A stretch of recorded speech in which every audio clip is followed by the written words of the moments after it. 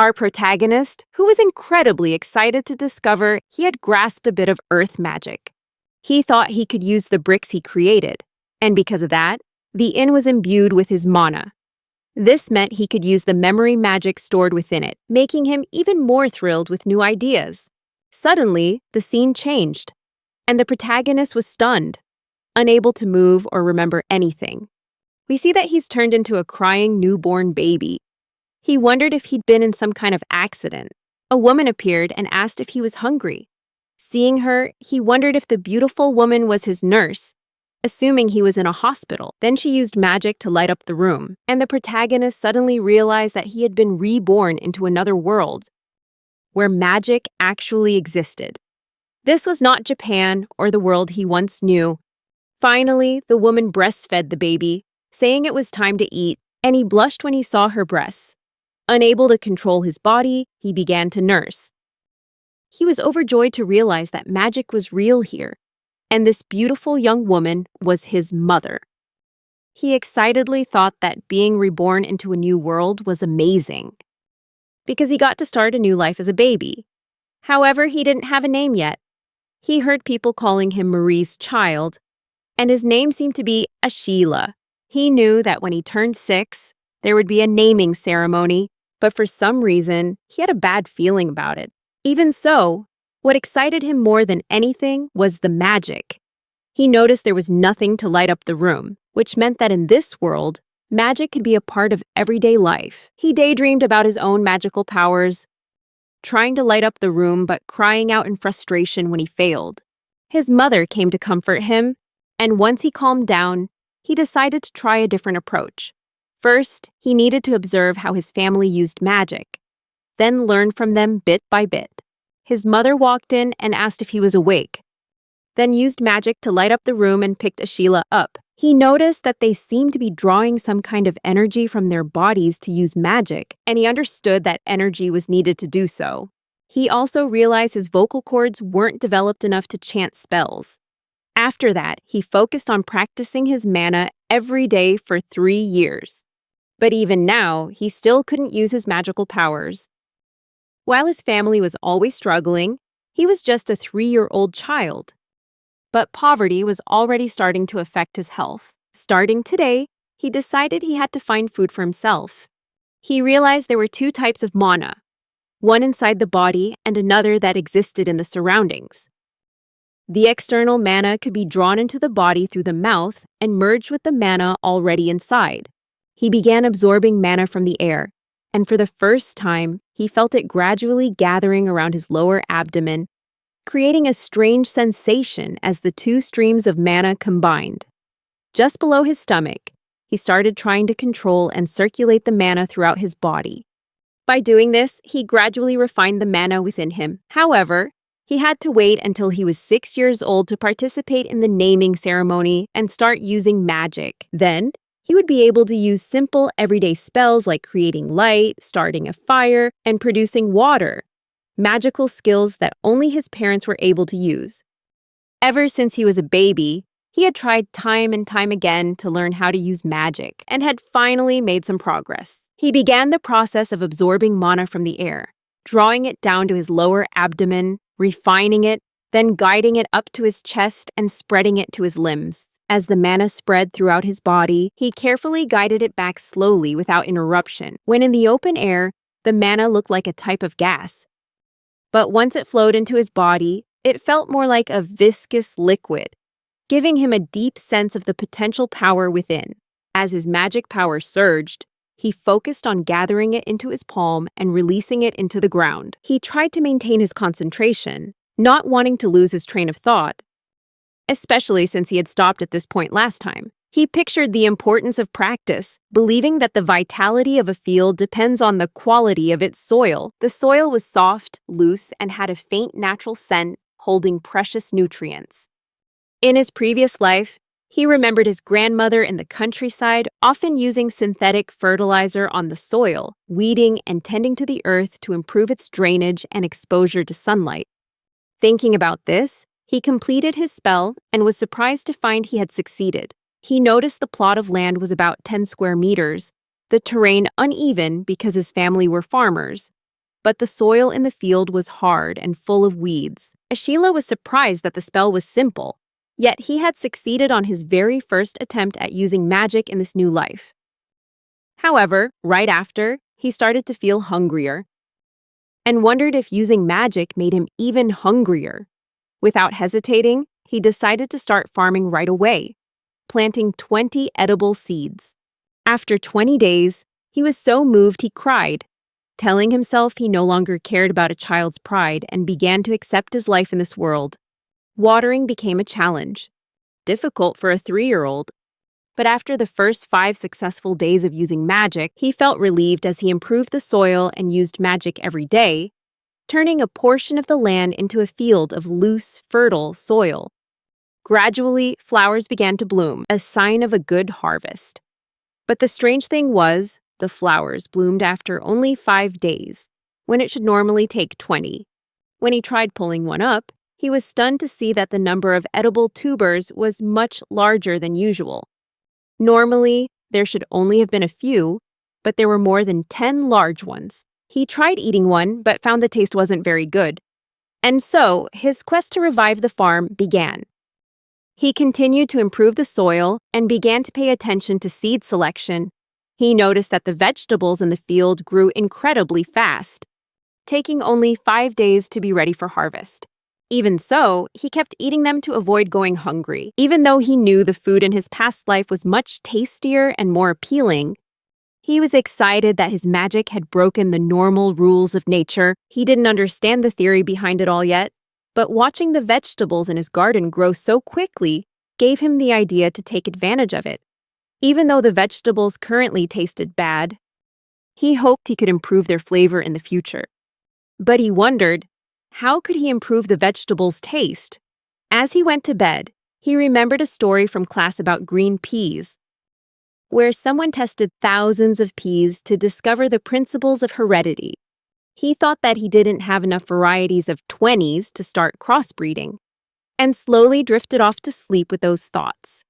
Upon closer inspection, he noticed that not only were the roots different, but the stems and flowers were slightly different too.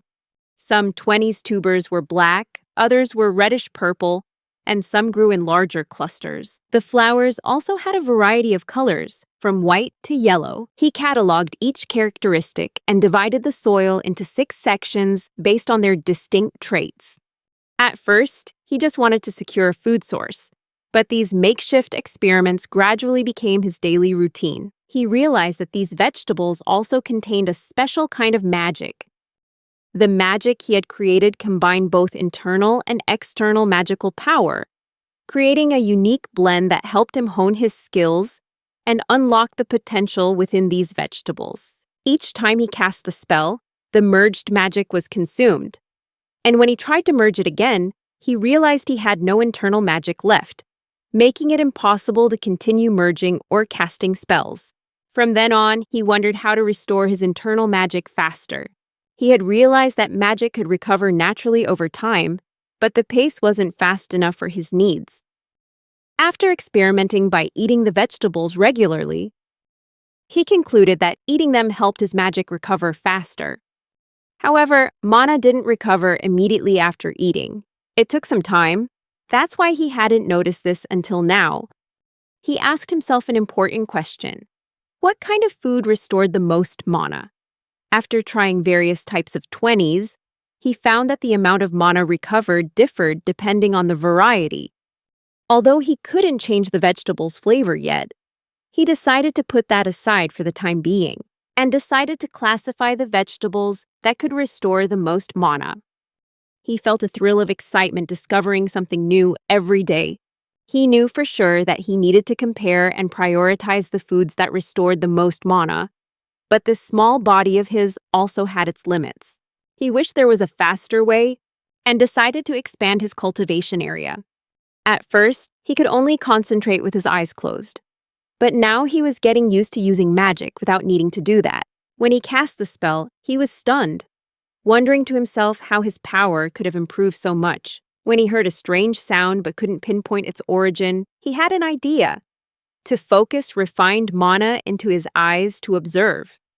Immediately, he saw a faint blue aura rising from the fields. He pulled up a 20s plant and was thrilled to see that this blue aura was actually radiating from its roots, escaping into the air. He realized that the plants restoring the most mana had the deepest blue hue, and he speculated that this blue color was the mana itself. He continued to observe and eat the vegetables, all while focusing mana into his eyes. After a while, he noticed that the densest clusters of vegetables were also the richest in mana. He began to take notes on his genetic findings, and at 5 years old, he continued to make new discoveries.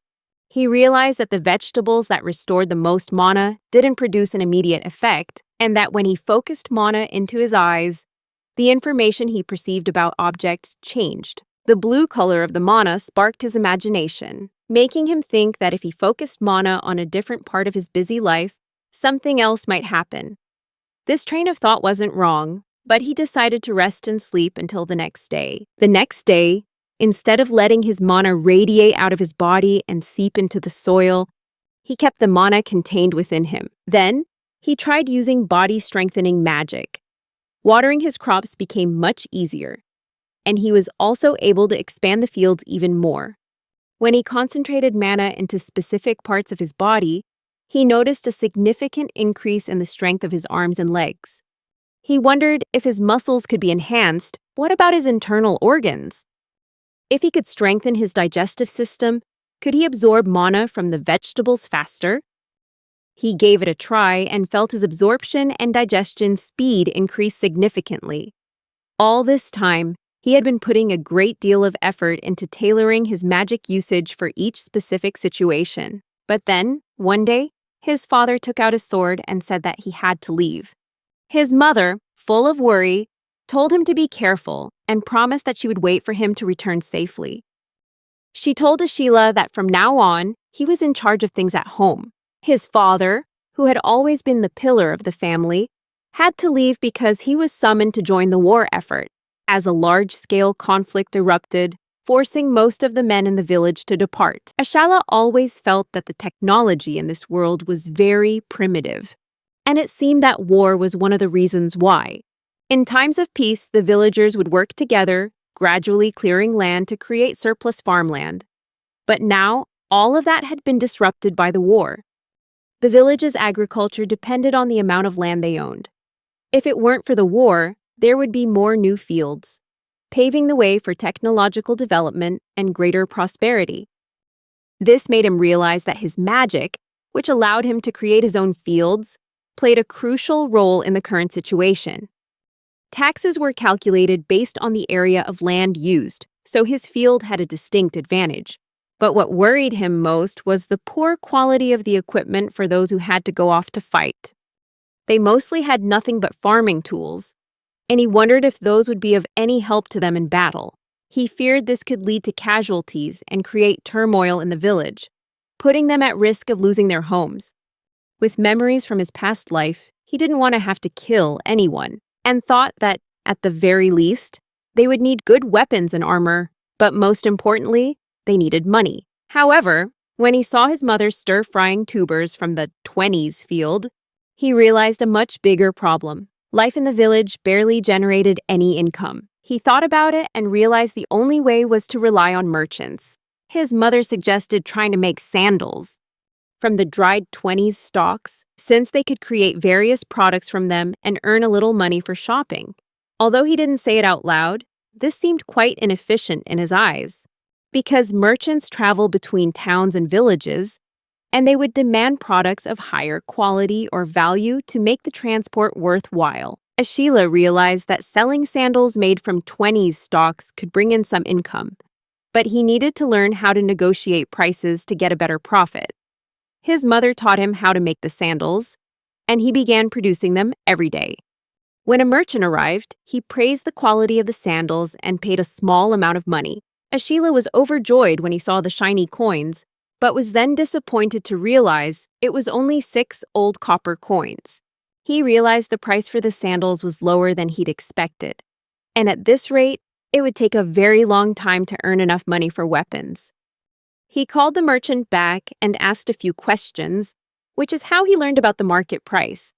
After a few days of research, he decided to try and apply the information he had gathered to increase his income. Later, the merchant revealed something about magic mushrooms, a type of mushroom that could restore magical power, but was very rare because it was difficult to cultivate and the supply was scarce. The merchant even gave Ashila some to try. They were very rare, but he found the taste rather bland. Ashila thought about it and came up with the idea that the mushrooms might grow from molds on trees, which would provide the main nutrients for their growth. If he created a suitable environment for the mold to grow, perhaps he could cultivate these mushrooms artificially. This opened up a new business opportunity, one that could bring in a much higher income than selling sandals. Ashila already had a few dry logs, which saved him a lot of effort since the right balance of moisture and dryness was essential. He planted the mold on the wood and waited for it to grow. However, if cultivating magic mushrooms were that easy, surely someone else would have done it long ago. He thought to himself that if these mushrooms had magical properties, they must contain a large amount of magical power. And if they drew nutrients from the trees, then they were probably absorbing magical power from them as well. With this in mind, Ashila tried infusing his own magical power into the logs instead of letting the mushrooms draw it from the trees themselves. He began experimenting by infusing different amounts of magical power into each log. After some time, mushrooms began to sprout, but only 3 of them.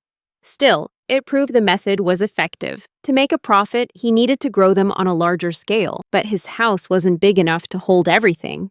Therefore, he needed a separate building to store the mushrooms. When he used magic to create the field, he could raise the earth to form ridges. In the same way, he figured he could probably manipulate the shape of the earth to construct a building. This would be a major challenge in magical architecture for Ashila. Ashila reconsidered and realized he wasn't just trying things at random. He thought about the rules of magic. Creating something from nothing was extremely difficult. Earth magic in games, for example, was when refined magical power within the body was gathered into the palm and used to create pebbles or rocks. The stone's destructive power depended on the speed at which it was launched, and by visualizing the entire process, he could make it happen. Something that was really interesting but incredibly draining in terms of energy. Ashila noticed that earth magic was easier to use when there was something already there for him to manipulate. He found he had a knack for earth magic, but was frustrated by the thought that he could only use his magic when there was earth around. He came up with the idea that if he could transform soil into metal, it would solve the problem. His next challenge was to create a warehouse from the earth itself. And he began to put it into practice by kneeling down and touching the ground. But just as he started to cast the spell, he felt something was wrong and passed out. When he woke up, Ashila saw his worried mother by his side. His head was throbbing, and his mother told him he had been bedridden for 2 days. He realized the reason for his sudden collapse was that all the magical energy in his body had been completely drained. His magical energy had been circulating throughout his body to power his physical enhancement magic, and this had caused the depletion. Although it was a failure, Ashila learned an important lesson. A failed spell doesn't have too many severe consequences. Normally, his magical energy shouldn't have been drained so completely, but the reason for the rapid consumption lay in the relationship between surface area and volume. Simply put, he had consumed 10 times the necessary amount of magical energy due to the dimensional discrepancy. Ashila decided to give up on constructing the building for now, and instead focus on creating the building materials. Architectural magic was still a distant dream, so he decided to take it one step at a time. After successfully making a single brick, he created a simple structure, but it looked so dull that it made him feel like a mere apprentice. Afterward, he ran to his ancestors' mosaic land, a plot that had been farmed for generations, and was now unsuitable for cultivation. He had always been secretly proud of his village's unique charm, and he used his magic to clear the plot, turning all the stones and tree stumps into fertilizer for the soil. Ashila laid out his plan. He would need to use soil improvement magic, body enhancement magic, and brick creation magic. However, The soil improvement spell took a considerable amount of time. He sat down, touching the earth to enhance its quality. Every time he used magic, he had to recite an incantation, as it required a great deal of time and effort to cast a spell successfully. This time, however, he was surprised when the magic activated the very moment he recited the chant, even though he previously had to clearly visualize what he wanted to accomplish. He was thrilled to realize he had developed his own form of magic, which he called chant creation, and this method was far more effective than he had imagined.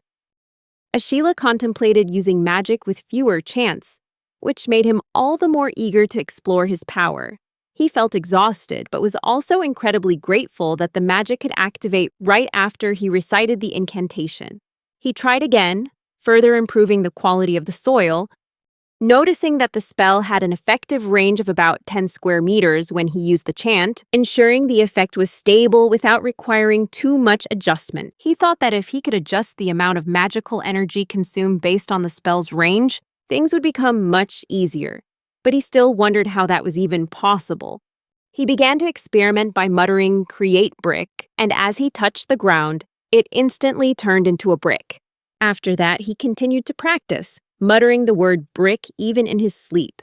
And after several months, he could produce bricks of the exact same size and mass, almost like a conditioned reflex. Just like how hearing a bell might make someone salivate, he had developed a similar reflex for when he cast his spells. Finally, he developed a new technique he called chanting, and decided to apply it to his other spells, like body enhancement and land preparation. However, the villagers grew a little worried, seeing how obsessed Ashila had become with his experiments and the sheer number of bricks he was stockpiling. When his mother joked that if those bricks were dishes, they'd at least be useful, Ashila began to wonder if he could create bowls from the earth, just as he had done with the bricks. This sparked a new idea for him.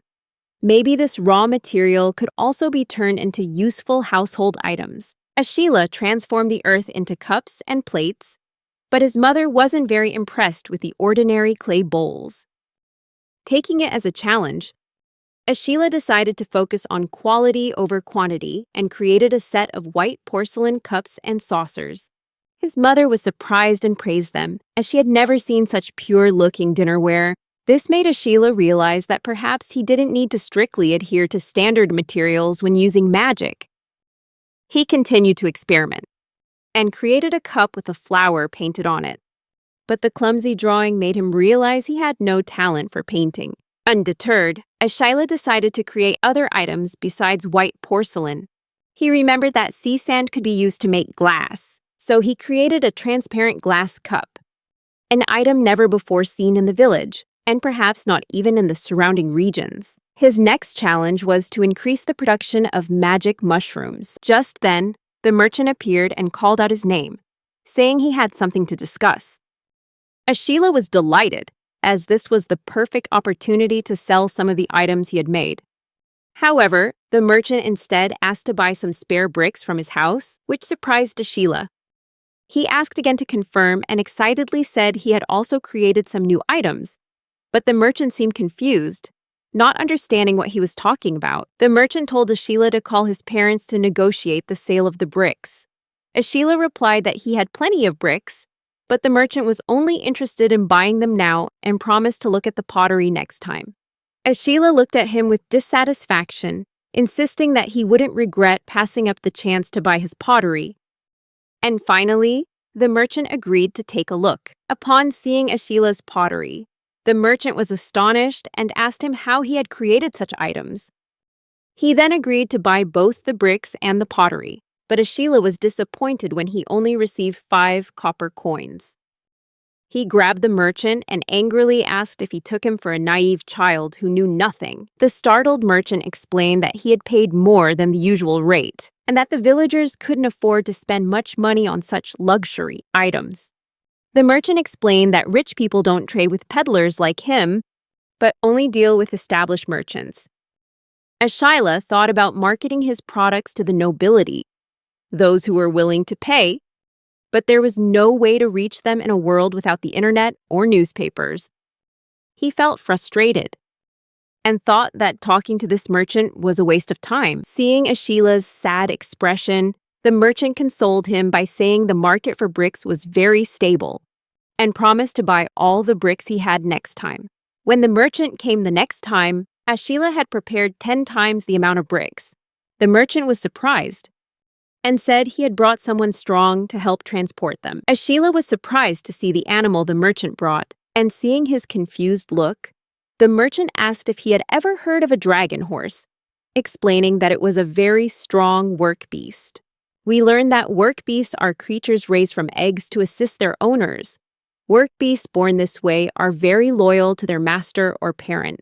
The work beast's egg develops by absorbing magical energy from its owner, and its form depends on the type of magic provided, meaning its appearance will reflect the characteristics of the one who hatched it.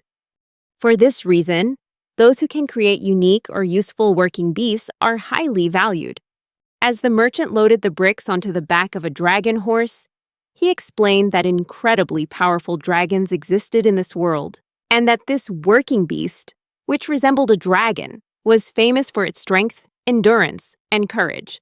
Additionally, there were super durable working horses and flying working birds that were also very popular. Ashila curiously asked if working beasts were expensive, and the merchant confirmed that dragon horses, or any beasts that could be used for transportation, were valuable assets. Pondering this, Ashila realized that even though bricks were in high demand now, there was no guarantee they would always be popular. He decided he needed to diversify the goods he could sell, but having never been born from an egg himself, he had no idea how the hatching process worked. Ashila called the merchant over and said he wanted to try raising a working beast egg, suggesting the merchant bring an egg with him next time and he would buy it. The price of the egg the merchant brought nearly wiped out all the money he had saved up. Ashila's mother was furious, unable to believe he had spent all their money just to buy a working beast egg, asking him what on earth he was thinking. Ashila explained that after the egg hatched, they would make a lot more money, but his mother disagreed. She said if it were that easy, everyone would be rich.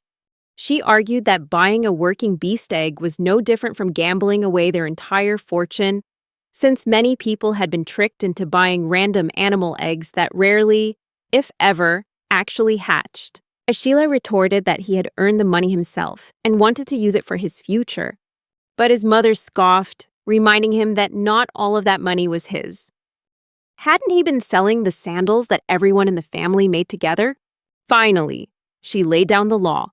From now on, Ashila was forbidden from buying anything without her permission. He bowed his head and apologized, realizing he had made a huge mistake. He shuddered to see how his mother, who was still so young and beautiful, could become so terrifying when she was angry. He blamed himself, as he was the one responsible for making the bricks and selling them to the merchant. And now everything depended on whether this egg would hatch a useful working beast.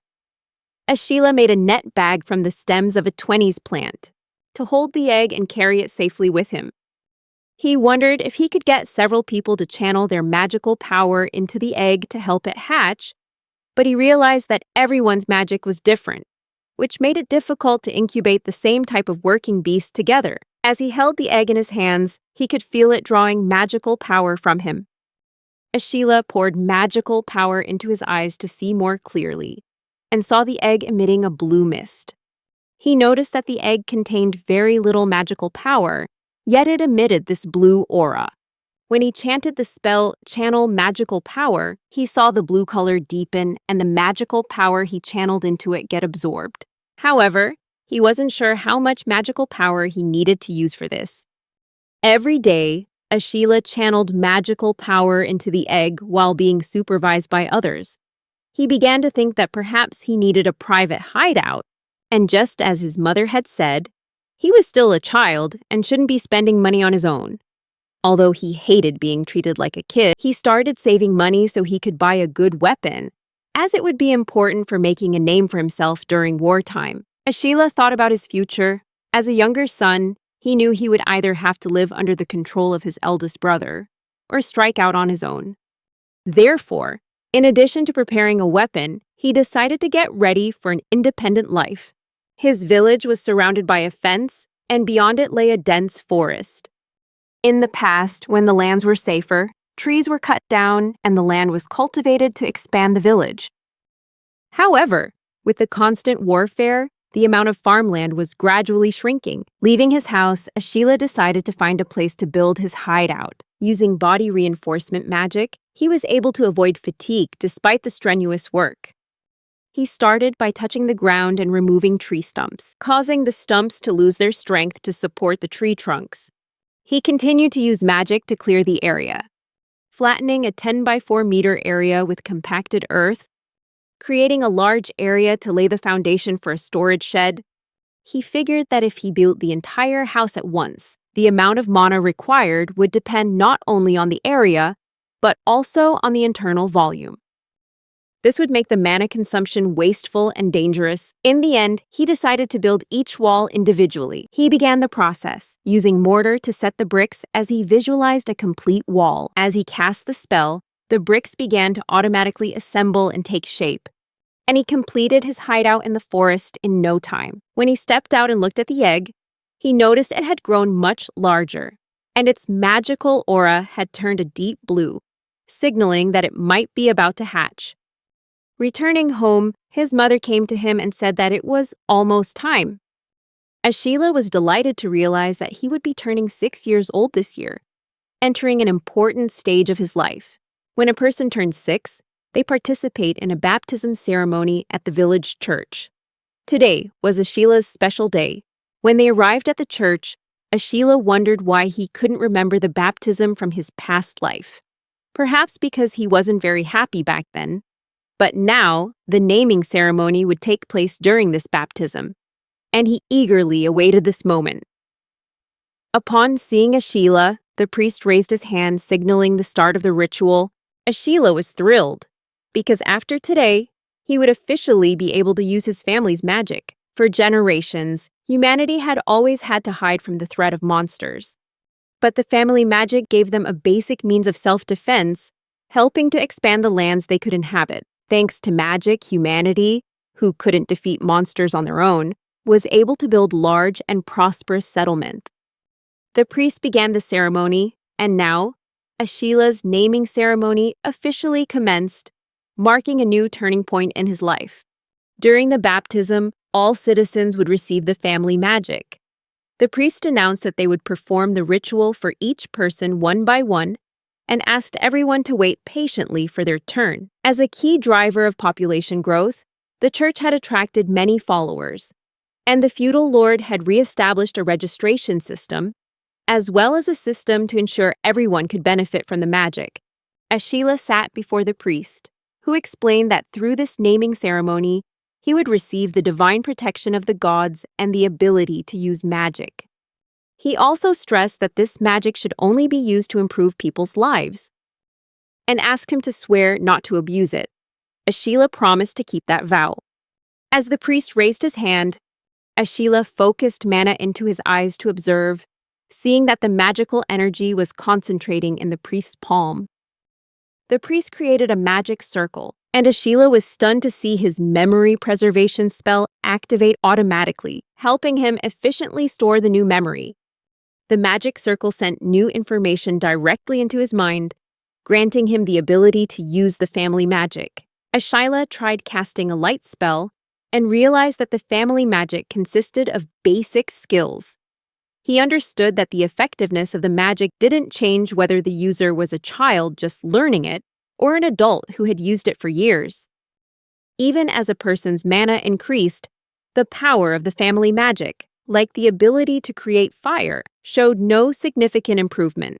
This disappointed Ashila, as he had hoped that after receiving the family magic, he would be able to use types of magic other than his earth magic. However, he decided to set aside improving the family magic for the time being. Recalling another of his accomplishments, he thought of his father's magic circle. Ashila wondered if he would ever be able to understand more about this world's magic. Despite his best efforts, he was still confused and sleep-deprived. Because he couldn't decipher the ancient characters, let alone the modern ones of this era. Suddenly, he heard a cracking sound from the egg. Looking over, he realized it was about to hatch. Approaching nervously, Ashila wondered what kind of work creature would be born from this egg. As the creature inside the egg began to struggle, Ashila wondered if he should give it a little help.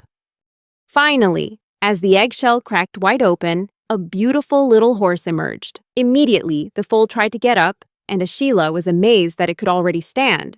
He encouraged the little horse, and it finally stood steady, prompting Ashila to clap joyfully and wave his hands in front of it, thanking it for coming into his life. Ashila took a closer look at the foal and noticed it resembled a small reindeer. He said that when it grew up, it would be big enough to help him carry things. The little horse began to eat its own eggshell, and Ashila wondered if it was okay for it to eat the eggshell. He wondered what this creature would eat, since the diet of a working beast from birth depends on the type of magical power it's nurtured with, which also affects its behavior. Ashila wondered what dragon horses ate, since they were very efficient but didn't eat meat, and providing meat every day would be too hard for a poor farming family. Thinking, he remembered he had some extra radishes growing in his hideout, so he went and brought some over. The little horse tried the radishes and ate them all up, making Ashila sigh in relief that he wouldn't have to worry about going broke just to feed it. The horse stared intently at him, as if committing its new master to memory. The small horse climbed onto Ashila's lap, curled up, and began to snore softly, which made him blush at how adorable it was. 10 days passed, and the horse had grown, now carrying an air of dignity. Although he had grown attached, Ashila decided to sell it to keep his feelings from getting in the way of his original goal. Still, he wanted to give the horse a special name. Sensing that family magic was imprinted on the mind through a magic circle, he figured this horse must also have some magical power, and could at least create its own clean drinking water. Suddenly, the name Valkyrie popped into his mind, and Ashila was surprised by how well it suited the horse's shimmering silver-white coat, which made it look like a divine creature. When he asked if it liked the name Valkyrie, the horse nodded, delighting Ashila, who thought it might actually understand human speech. He began the naming ceremony slowly and carefully, feeling like a vessel overflowing with dense magical power. Keeping the magic stable wasn't easy, but Ashila continued, step by step, completing the naming ritual with all the solemnity and emotion he felt for Valkyrie. Ashila focused all his effort on recreating every detail of the magic circle he had memorized, using threads of mana to control magic outside his body, a feat that demanded immense concentration. Finally, he successfully created the magic circle and officially named the horse Valkyrie. Once it was complete, Ashila sank to his knees, realizing the ritual had taken more out of him than he'd anticipated. To test her magic, he and Valkyrie went outside to avoid causing any danger indoors. Valkyrie tried a light spell, astonishing Ashila. He encouraged her to try other kinds of magic, and Valkyrie immediately demonstrated her family magic abilities. However, what truly stunned Ashila was that she could make bricks float and even use the memory preservation spell, something he thought only those named during a church baptism could do. Curious, Ashila asked Valkyrie to look at a clay pot and try to create one just like it, but she couldn't. He realized Valkyrie could only use the same spells he had become able to use after his own naming ceremony. For example, he could resize and flatten land, with the mana cost corresponding to the area, and Valkyrie could do the same. Ashila concluded that Valkyrie's magical abilities were directly linked to what he had already learned and mastered. Ashila noticed that Valkyrie's ability to flatten land was limited to an area of 10 square meters. He began to wonder if naming rituals were more of a system than a form of divine protection, and realized they were limited by the spells mastered by the namer, with no room for customization. This explained why family magic could never be improved. Ashila praised Valkyrie and wondered if it was even safe to sell her, since she could use not only family magic, but his own original spells as well. When he asked the merchant if working beasts could use magic, the merchant thought for a moment before replying that he had never heard of such a thing. Ashila figured that if a merchant who had traveled and traded far and wide had never heard of it, it must be incredibly rare.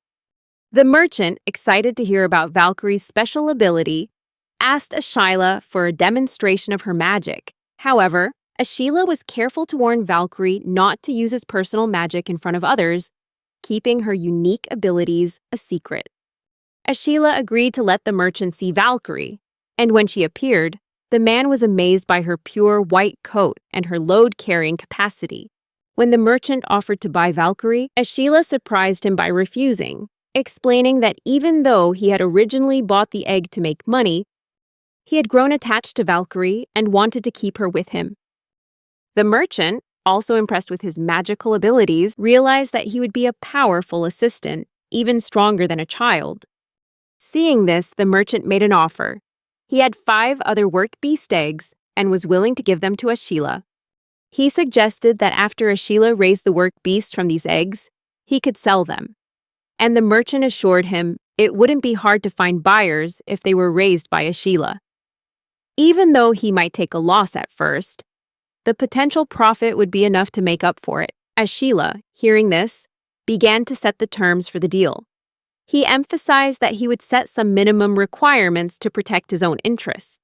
Seeing him lay down conditions, the merchant had a bad feeling, worrying that Ashila would negotiate a more favorable deal for himself. Ashila realized that raising work beasts from eggs might be the best way a farmer could hope to make money.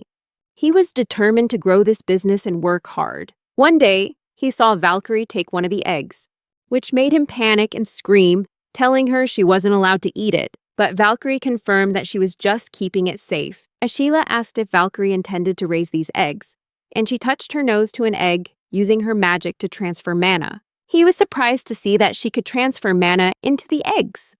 Valkyrie explained that mana from multiple people could be used to incubate eggs, but it required a significant amount of mana.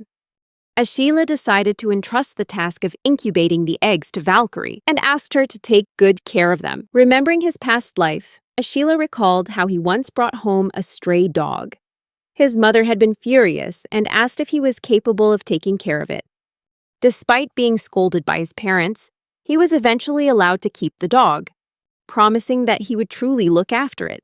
Back then, he simply thought it meant feeding the dog and taking it for walks, forgetting that other costs like food, vaccinations, and medical care were all paid for by his parents. Now, looking back, he realized his parents had been right.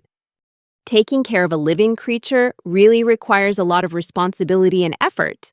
Smiling, Ashila found that raising the eggs was just as challenging as raising a puppy. However, he was determined to care for them until they hatched safely. Each work beast Ashila raised from an egg was a little bigger and looked exactly the same. By ensuring the safety of each one, he had completed the first stage. Now, to continue growing his work beast breeding business, he had to expand the number of fields by clearing the forest around his hideout. So, Ashila decided to use his old method, softening the soil around the tree roots, pulling the trees out from the roots, and then using soil improvement magic. Just as he finished preparing, he was surprised to realize that it wasn't him, but the little horses that were also using magic. Amazed, Ashila wondered how they could use magic without being named yet. He thought that perhaps work beasts followed different rules than humans, not needing a name to be able to use magic. He wondered if Valkyrie could ask them not to use magic and if they would listen. Determined to expand the area of his fields, Ashila continued his work. After finishing, he looked at the vast area before him, which looked like a section of the forest had been completely cleared. The area was so large that he couldn't take in its width in a single glance. Ashila, with his knowledge of environmental protection from his previous life, wondered if he was causing any harm. But when he looked closer, he noticed that this area had once been fields that the forest had reclaimed after the population decreased and the land was abandoned. The forest was so vast that the village had permitted the expansion of the fields. If he wanted to raise large work beasts like Valkyrie, a grazing area would be just as necessary as fields. However, the larger the area, the more difficult it was to get around. And to ensure safety and save energy when fighting, Ashila realized he needed to find a faster way to travel. When Valkyrie came to his side, he had the idea of riding her. And even though Valkyrie wasn't a horse, he thought a saddle and stirrups might still work. But after asking around, he learned that no one in the village could make a saddle or stirrups for a work beast. They suggested that using a cart would probably be fine, since work beasts were usually used to pull carts rather than being ridden. Even so, Ashila still wanted to learn to ride Valkyrie, thinking that if he ever had to go to a battlefield one day, being able to ride the Valkyrie would be a huge advantage. In this world, it was common knowledge that cavalry had a significant advantage over infantry. Determined to test it out, he climbed onto the Valkyrie's back. Ashila realized that controlling a living creature at will was a necessary skill, but riding the Valkyrie was easier than he had imagined. With the Valkyrie's exceptional intelligence, thanks to being nurtured with his mana, she moved carefully so as not to put any strain on him. Ashila thanked her, pleased that he could ride without a saddle, but suddenly, he started feeling dizzy and nauseous, like motion sickness. He wondered how riding a work beast could make him feel so terrible, and realized he would need more practice to get used to riding the Valkyrie. Ashila's entire body ached after each session of riding the Valkyrie. He realized that even though the Valkyrie tried to move gently, the vibrations were unavoidable. To stabilize himself, he decided to grip the Valkyrie's body tightly with both hands and tense his entire body to maintain his balance. By doing so, he significantly reduced the feeling of shaking. However, his body was still sore that night, and he wondered if having a saddle and protective gear would make it better. Even so, Ashila was determined to continue his riding practice every day. As he was preparing for bed, his older brother remarked that he often muttered something before falling asleep. Ashila frantically denied it, but in truth, he was teaching himself magic and testing new spells. During this process, he noticed that when he focused mana into his eyes, he could see a faint blue aura emanating from everyone, like mana leaking from their bodies. He wondered what would happen if he prevented his mana from escaping. Ashila discovered that keeping the mana within his body greatly improved his recovery abilities. As he experimented, he realized that the physical enhancement spell not only made him stronger, but also had a lingering effect after being cast. He pondered how to optimize his magic to maintain his body's recovery, even during sleep. The next morning, his body had completely recovered, allowing him to continue his riding practice without any hesitation. Just then, the merchant came to visit, bringing a new egg and offering to let Ashila incubate it. Ashila was surprised to see that the work beast from the eggs the merchant had brought before had grown much faster than expected. He thought it would take 1 or 2 hatching cycles, but the work beast had grown exceptionally well. When he asked about this, the merchant explained that although there were many eggs, they usually didn't hatch all at once, and each egg typically took over a month to hatch. Ashila wondered if injecting them with mana was the reason they grew so quickly. When the merchant said he could sell them right away, Ashila wondered what he should do and what the buyer's intentions would be. The merchant confessed that he initially had no intention of selling them. Ashila asked if the merchant intended to use them for his own work, and the merchant laughed, saying that was indeed the plan. He said that first, he would be giving some of these work beasts away for free. Ashila was disappointed to hear that, but the merchant explained that in order to sell products to the nobility, the ones who governed this land, he needed to build relationships and credibility. The merchant explained that merchants like him, who traveled from village to village, often lacked the necessary connections to handle expensive items. To sell to the nobility, you need credit and strong relationships, because the shops that cater to nobles often have exclusive dealings, making it difficult for newcomers to break in. The merchant added that expensive products could only be sold to the nobility, but he had neither the connections nor the reputation to even meet them. Ashila asked if this was a case of the merchant once owning a rare luxury item, but failing to sell it because he lacked a go-between. The merchant admitted this sheepishly and said that this time, if he gifted a valuable work beast, things would be different. He explained that a rideable work beast, recognized as useful and valuable, could be a crucial strategic asset, especially in times of war. The merchant added that gifting this work beast, a highly sought-after item, would help him establish a solid relationship with the nobility. If the nobles were pleased, they might buy more in the future and even introduce him to other nobles. When Ashila asked for more clarification, the merchant explained that the nobles who ruled this land could not be ignored. In terms of social standing, it would give him a chance to advance in the work-beast business. Ashila realized that if the merchant sold a strategically valuable work-beast to a nobleman, it would open up many new opportunities for both the merchant and himself. Opportunities to access high-end markets and build stronger connections with the nobility. Ashila, along with the merchant and his father, left his village for the first time to go to where the nobles lived. They traveled a rough road for 3 days and arrived in Fontana, the place where the nobles resided. For Ashila, this was his first exciting journey, and he was amazed by the bustling activity of the place. When the merchant showed Ashila and his father a part of the town that was being expanded, he realized why bricks were in such high demand. The merchant explained that they were tearing down and rebuilding a section of the wall to expand the town, but even after reusing bricks, the supply still wasn't enough. Hearing this, Ashila asked if the merchant thought the demand for bricks would continue for long. The merchant nodded, saying that with the current pace of development, the demand for bricks would likely remain steady or even increase as the town expanded. He said they could still produce bricks locally in Fontana for now, so it would probably be a while before they needed to import them. Hearing that, Ashila understood that profiting from selling bricks wouldn't last forever. He decided that this meeting with the nobility was a crucial opportunity.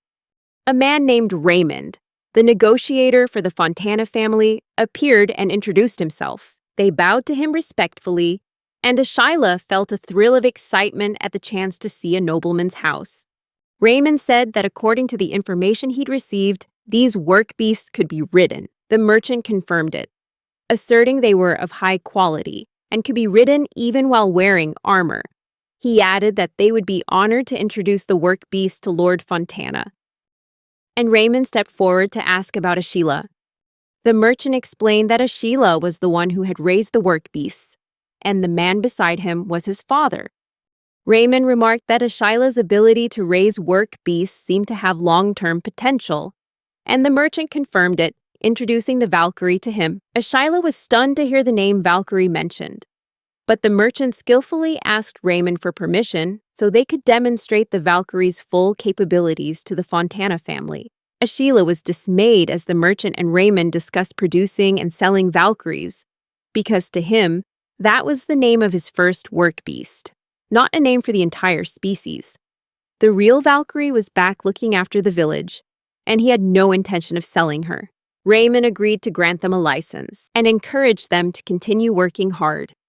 He approached the work beasts and commented that they might not be useful in war because their horns would get in the way of using weapons. Then Raymond called someone over and ordered them to cut off the work beast's horns. Ashila was horrified and about to protest, but his father stopped him. He couldn't believe they were willing to hurt the work beasts the moment they received them. Ashila seethed with anger as he watched their horns get sawed off. At the inn, Ashila blamed himself for holding back instead of protecting the work beasts. His father reminded him that even though their horns were cut off, they didn't cry out at all, which reminded Ashila of guide dogs that were trained not to bark even when injured. He felt a pang of guilt for not realizing the work beast's loyalty and teared up as he thought about it. His father tried to comfort him and asked what was really bothering him. Ashila replied that what worried him more than the physical pain was the possibility that cutting the horns could shorten their lifespan. Ashila was worried that if the work beasts died early because their horns were removed, they might get the blame. Despite his anger over the horns being cut, he realized that in order to continue the work beast business, he needed to investigate this more thoroughly. His father remarked that he was being very calm, but Ashila replied that he was just trying to accept his lowly position as a peasant. His father smiled and reminded him that even as a peasant with no formal education, he was not an ignorant man. Even with his knowledge from a past life, there were things his father noticed that Ashila didn't.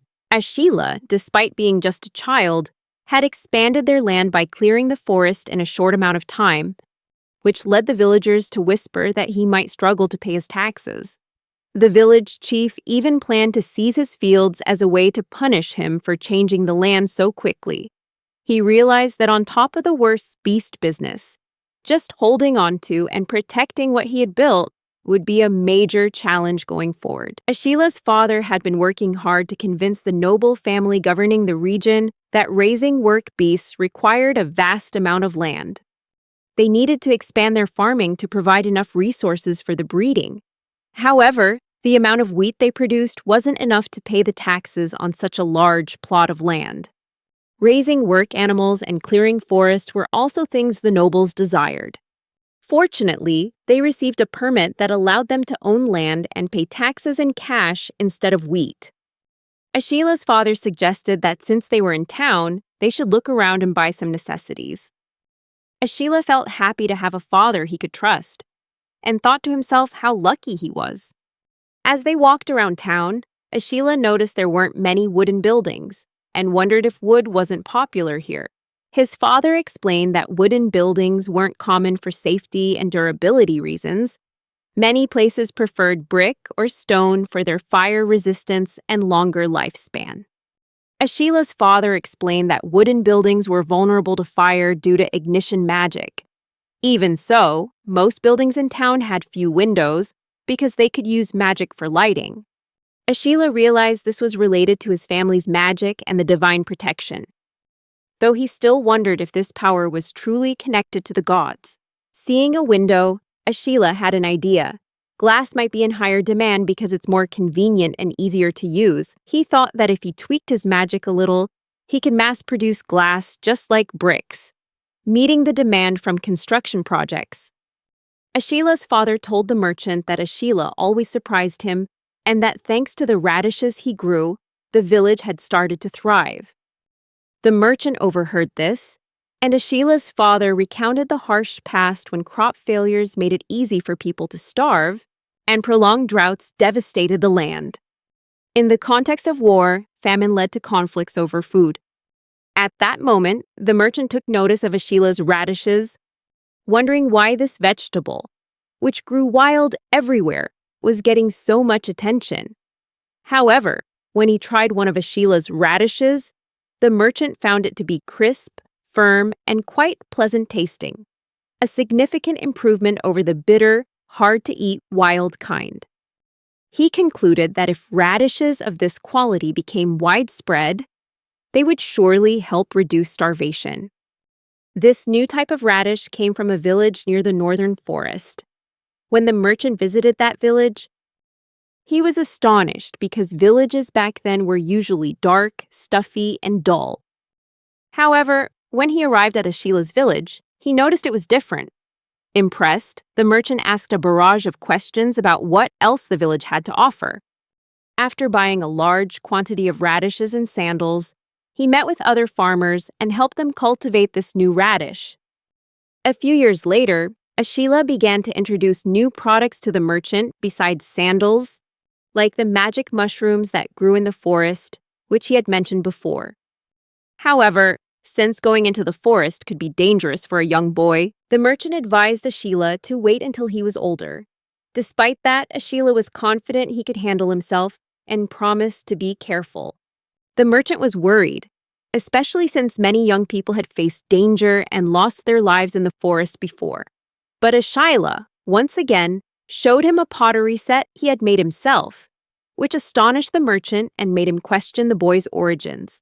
The merchant had once speculated that Ashila might be a noble, or from a fallen noble family, but all those guesses were wrong. After Ashila was baptized, the merchant was surprised again when he saw that the work animal the boy had raised turned out to be a rare and valuable type of horse. Even though Ashila had started selling bricks and magic mushrooms, he was constantly looking for new products to sell. When the merchant asked why he was trying so hard to earn money, Ashila replied that he wanted weapons to join the war. The merchant thought that perhaps Ashila wished to restore his family's honor through battlefield achievements. But that was also a mistaken assumption. Regardless, he realized that Ashila was an important person with great influence and a promising future. In order to establish a solid relationship with Ashila, the merchant decided he needed to secure exclusive rights to trade the work animals the boy produced. He was determined to maintain this relationship at all costs, especially for when Ashila came of age and joined the nobility. He hoped that Ashila would trust him completely. On the way back to the village, Ashila asked the merchant if they could do a little more shopping, and the merchant agreed with a smile. When they returned to the village, Ashila rushed to hug his mother, who came out to greet him after several days of exploring the town and buying necessities. They had bought a large saw to clear the felled trees, a cart to transport crops, and the fine liquor his father had requested. However, the money Ashila had earned from his dealings with the merchants was starting to run out. Therefore, he decided that his main source of income from now on would be from selling the work animals. He priced the Valkyrie work beasts on par with other expensive working animals like draft dragons and considered them valuable assets. Ashila hoped that the Valkyries would become a special product line, like luxury vehicles, exclusively for those who could afford the high price. Ashila felt frustrated about having to do something undesirable to maintain his business. He wondered why the Fontana clan demanded that the work beasts' horns be cut off upon delivery. In the past, he had cut the antlers off deer to prevent them from getting hurt while fighting, and he wanted to think carefully about whether this was okay. Ashila realized that if he treated the work beasts like livestock, a type of commodity, then cutting their horns might be necessary. With determination and a bit of guilt, Ashila cut the horns off 2 of the work beasts. After a few days, he noticed that the dehorned work beasts were still very healthy, but what was striking was that they could no longer use magic. When he focused his mana into his eyes, he saw that the work beasts still retained their magical energy, but they couldn't use it effectively. He recalled his father saying that even humans who lost both hands in battle would lose their ability to use magic. This information could be useful for Ashila. He also remembered the merchant saying he'd never heard of work beasts that could use magic, as that could cause a lot of trouble. If the Valkyries could incubate their own eggs with mana, his exclusive source of profit would be threatened. Ashila felt relieved to realize that even after cutting their horns, the work beasts retained their business value while limiting their ability to use magic, something that could keep his income stream stable and exclusive. Ashila saw that cutting the horns wasn't life-threatening to the work beasts, so he decided to dehorn all the ones he sold to the merchant. When the priest asked Ashila if he had brought back anything special, Ashila thought he was referring to the permit from the Fontana clan, but the priest explained that it wasn't just a permit to sell work beasts, but another valuable document. The priest revealed that this document officially recognized Ashila's right to develop the forest. This wasn't just about paying taxes, it also recognized his ownership rights. Over the forest north of the village, the priest explained that because the taxes were paid in cash, he wasn't restricted to using the land for agriculture, meaning he could use the land for any purpose. Ashila was confused, and the priest went on to explain that the Fontana clan had recognized him as a land-ruling family. In Fontana territory, the nobility doesn't completely control everything. Instead, ruling clans are given the right to manage a piece of land and enjoy certain privileges, on the condition that they pay taxes in cash and provide military support when needed. When Ashila asked if he was really considered a ruling clan, the priest said the Fontana clan might have intended to grant him the land as a way to tie him down, since he wasn't the firstborn son. So they probably didn't want him moving to another land to develop his work beast. They likely never imagined that a child could become so successful as to compete with other ruling clans. He realized that somehow he had attained a special status. Recalling the priest's advice, he began to think about expanding his land as much as possible, taking advantage of the rights this precious document granted him. Ashila, despite being underestimated, was determined to go further. He rode a Valkyrie through the forest, using magic to soften the soil and fell trees. The hornless horses would then drag the trees to one spot. And after leveling the barren land with magic, he realized that simply expanding his land wasn't enough to increase his income. Even though he was selling work beasts, he still needed a stable source of revenue. and the demand for special bricks seemed to be ending soon. Moreover, harvesting magic mushrooms and farming also required more manpower. Ashila decided to hire people to help with the simple tasks, like cutting branches to make logs for growing mushrooms, farming, harvesting, and storing produce in the warehouse. Since the village primarily relied on a bartering system, he had to manage his money carefully. As night fell, he thought about finding a part-time job so he could focus on his pioneering projects. Ashila started by consulting his father about who in the village could help, hoping to build a reliable team to support his work and develop the land. That evening, the meal consisted of white bread and soup made from improved wheat. Ashila and his older brother Beto were also there, and Beto showed interest in the part-time work, which disappointed Ashila because he was looking for actual employees, not to share the work with his own brother. Beto stood up and confidently declared that he would work with the younger kids and assured Ashila that everything would be fine. When he asked his mother, she said that as long as Ashila and Beto helped out during the wheat harvest, it would be all right. Ashila was conflicted and worried, knowing that if Beto actually worked seriously, he would have no complaints. But since Beto often shirked his responsibilities to go play, Ashila worried that his brother would cause trouble or be inefficient, and he even considered firing Beto if necessary. When Ashila asked Beto what he really wanted, Beto excitedly said he desperately wanted to ride the Valkyrie. Ashila understood his brother's motivation and felt he needed to manage Beto very closely if he wanted the work to go smoothly. Beto complained that it wasn't fair that only Ashila got to ride the Valkyrie. Hearing this, Ashila asked if his brother really liked the Valkyrie that much.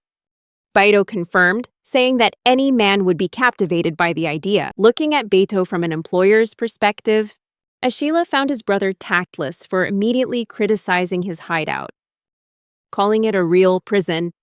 This didn't make a good impression, but Ashila decided it was a good time to experiment and improve his architectural knowledge. On his last trip to town, Ashila had paid close attention to the structure of the inn where they stayed overnight, from its exterior to the layout of the rooms. He didn't just observe. He also used his mana to meticulously examine every single brick of the building, channeling focused mana into the bricks to feel their durability and structure. Ashila carefully spread a thin, even layer of mana throughout the building and finally activated the spell in that state. Baito, watching, was astonished to see Ashila memorize the inn's entire structure perfectly, without any mistakes. He remembered that the first time Ashila tried to scan a large building all at once, he had fainted from mana depletion. He realized the cause was using his mana to fill the empty spaces inside instead of just focusing on the structure. This time, Ashila only passed his mana through the bricks and memorized the structure that made up the building, which helped him conserve mana.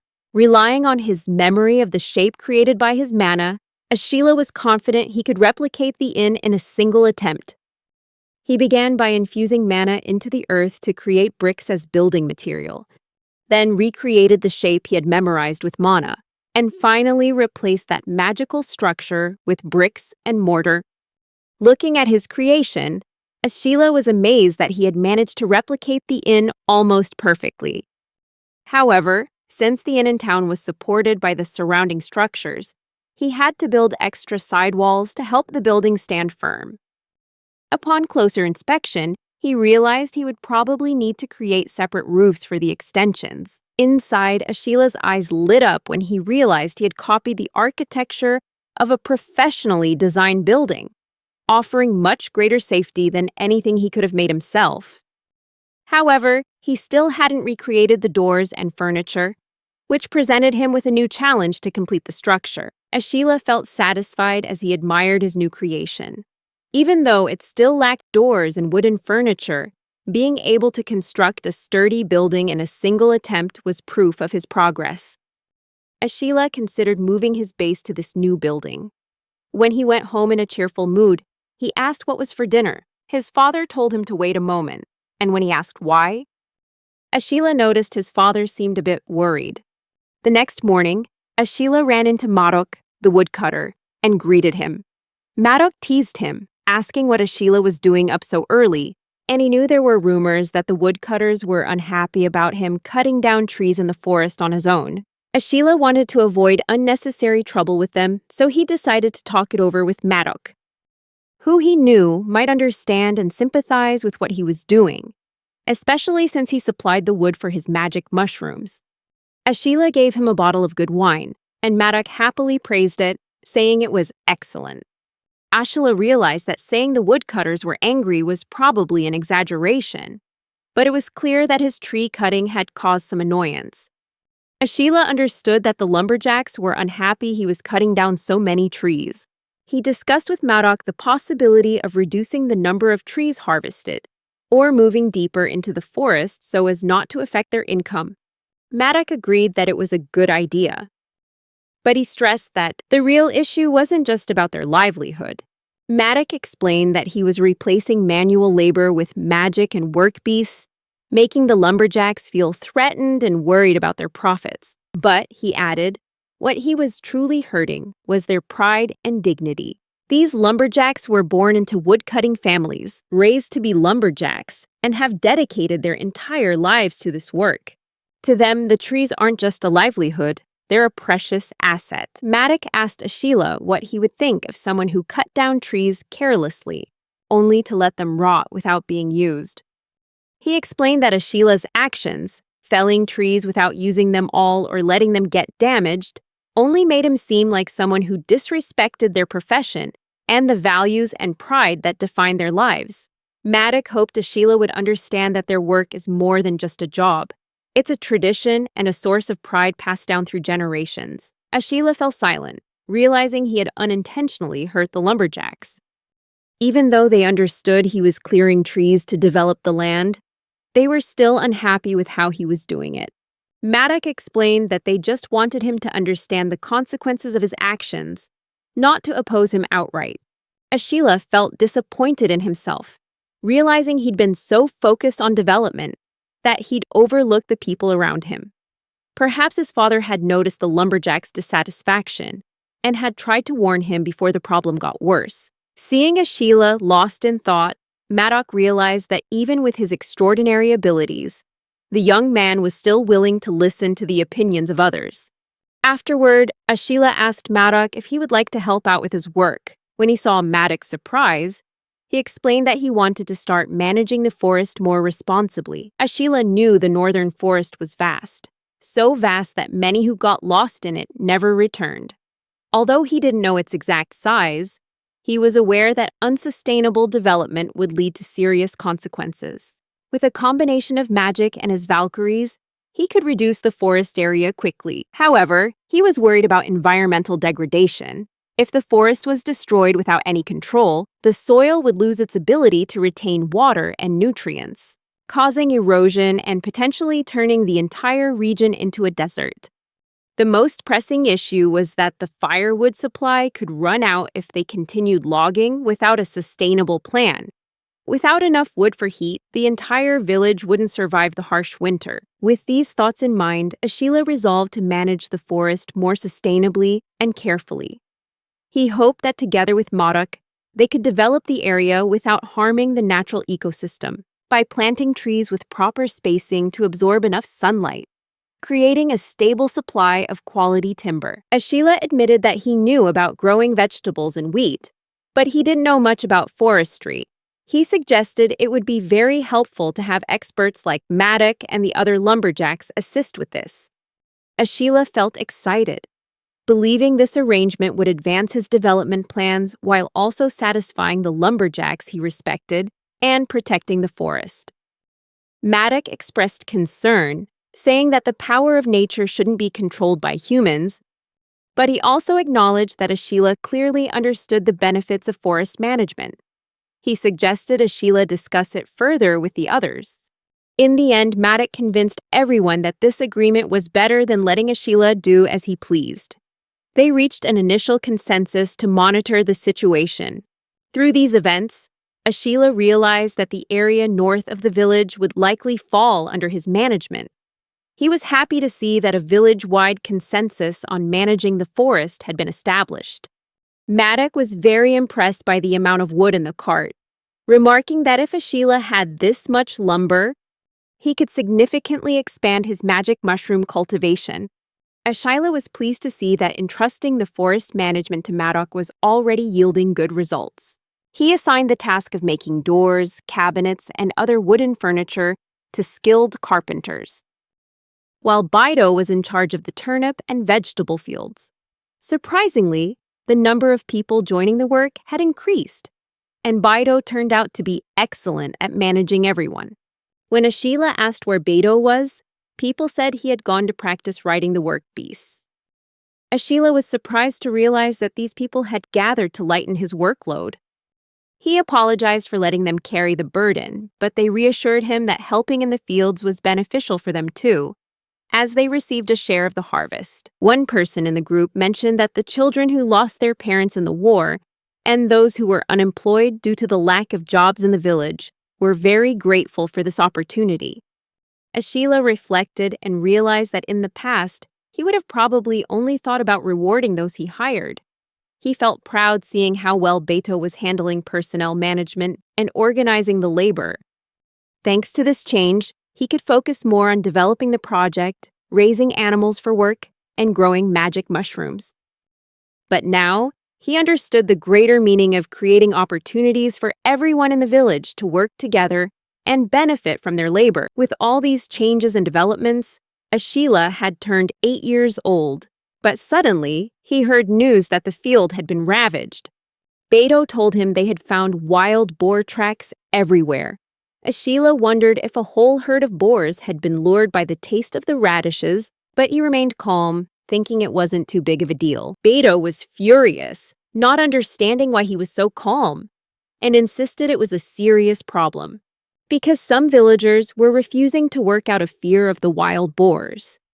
Ashila recalled that in his past life, there had also been news about wild boars destroying fields. Even when traps were set, the boars were often smart enough to avoid them. So this problem really had no easy solution. He felt guilty that his expansion into the forest might have caused this problem. He also remembered Maddox mentioning that wild boars would be attracted to newly cleared lands. Ashila felt a pang of guilt as he realized that expanding into the forest had affected the ecosystem. Many areas had been cleared of trees, and the disruption to the food chain had caused animals to lose their territory. He worried that if the boars got used to the sweet taste of the crops, they would continue to destroy the fields for generations to come. As the one overseeing this area, and for the sake of the people working in the fields, Ashila knew he had to act. Ashila realized he needed to find a viable solution to protect the field from the wild boars, not just for his project, but for the benefit of everyone in the village. When he arrived at the field, Ashila was stunned to see a giant wild boar roaming about, its hide so thick that even an arrow couldn't pierce it. He asked Beto in confusion what they should do, and Beto replied that Ashila was the one who needed to solve this problem. Ashila thought about asking for help from the nobility to eliminate the beast, but Maddox said the nobles would just tell them to handle it themselves. In the end, Ashila decided he would face the wild boar as planned with Valkyrie. He steeled himself, growing tense as he realized the sheer size of the beast even from a distance. Determined to protect the crops and everyone's safety, Ashila prepared to face this challenge. Ashila realized that if the giant boar charged them, they wouldn't get away with just a few scratches. It would be the end if the beast's tusks hit them. He climbed onto Valkyrie's back, feeling a sense of warmth and reassurance as she seemed to be waiting for him to calm down. Valkyrie started to run, gradually picking up speed. The wind whistling past Ashila's ears, making it difficult to aim at the target. While rushing forward at high speed, Ashila came up with a plan. He would use a scattershot rock spell to damage the boar. However, because he wasn't directly touching the ground, the spell's power was weakened as the wild boar roared. Ashila realized they needed to move quickly. The boar began to chase them, running incredibly fast and maintaining a steady distance from Valkyrie. Ashila broke into a smile and shouted, announcing that everything was going according to plan. He noticed Valkyrie was moving with a complete understanding of his intentions and felt that she was truly a reliable partner. Suddenly, Valkyrie leaped high into the air, reaching the altitude of birds in flight. Ashila asked in amazement if they were flying. Just then, Valkyrie landed on the ground with tremendous force, making Ashila keenly aware of her extraordinary power. He realized that Valkyrie possessed incredible physical abilities, which gave them a better chance in the challenging battle ahead. Ashila wondered if magically enhancing their physical attributes could take him and Valkyrie to a whole new level. As he got off Valkyrie's back, he saw a large pit in the middle of the forest, the trap he had set for the giant wild boar.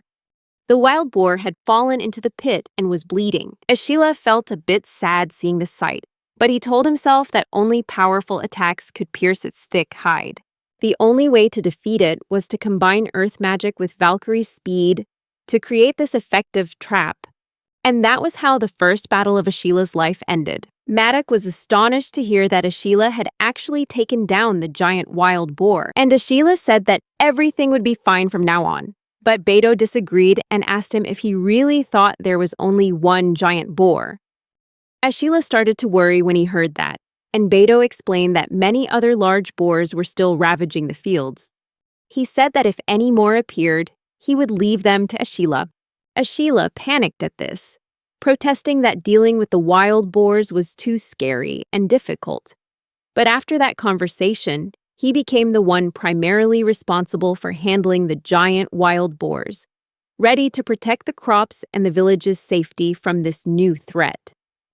When the giant wild boars appeared, Ashila started using the scattershot spell to attack from a distance, realizing that it was extremely dangerous to let these beasts get close.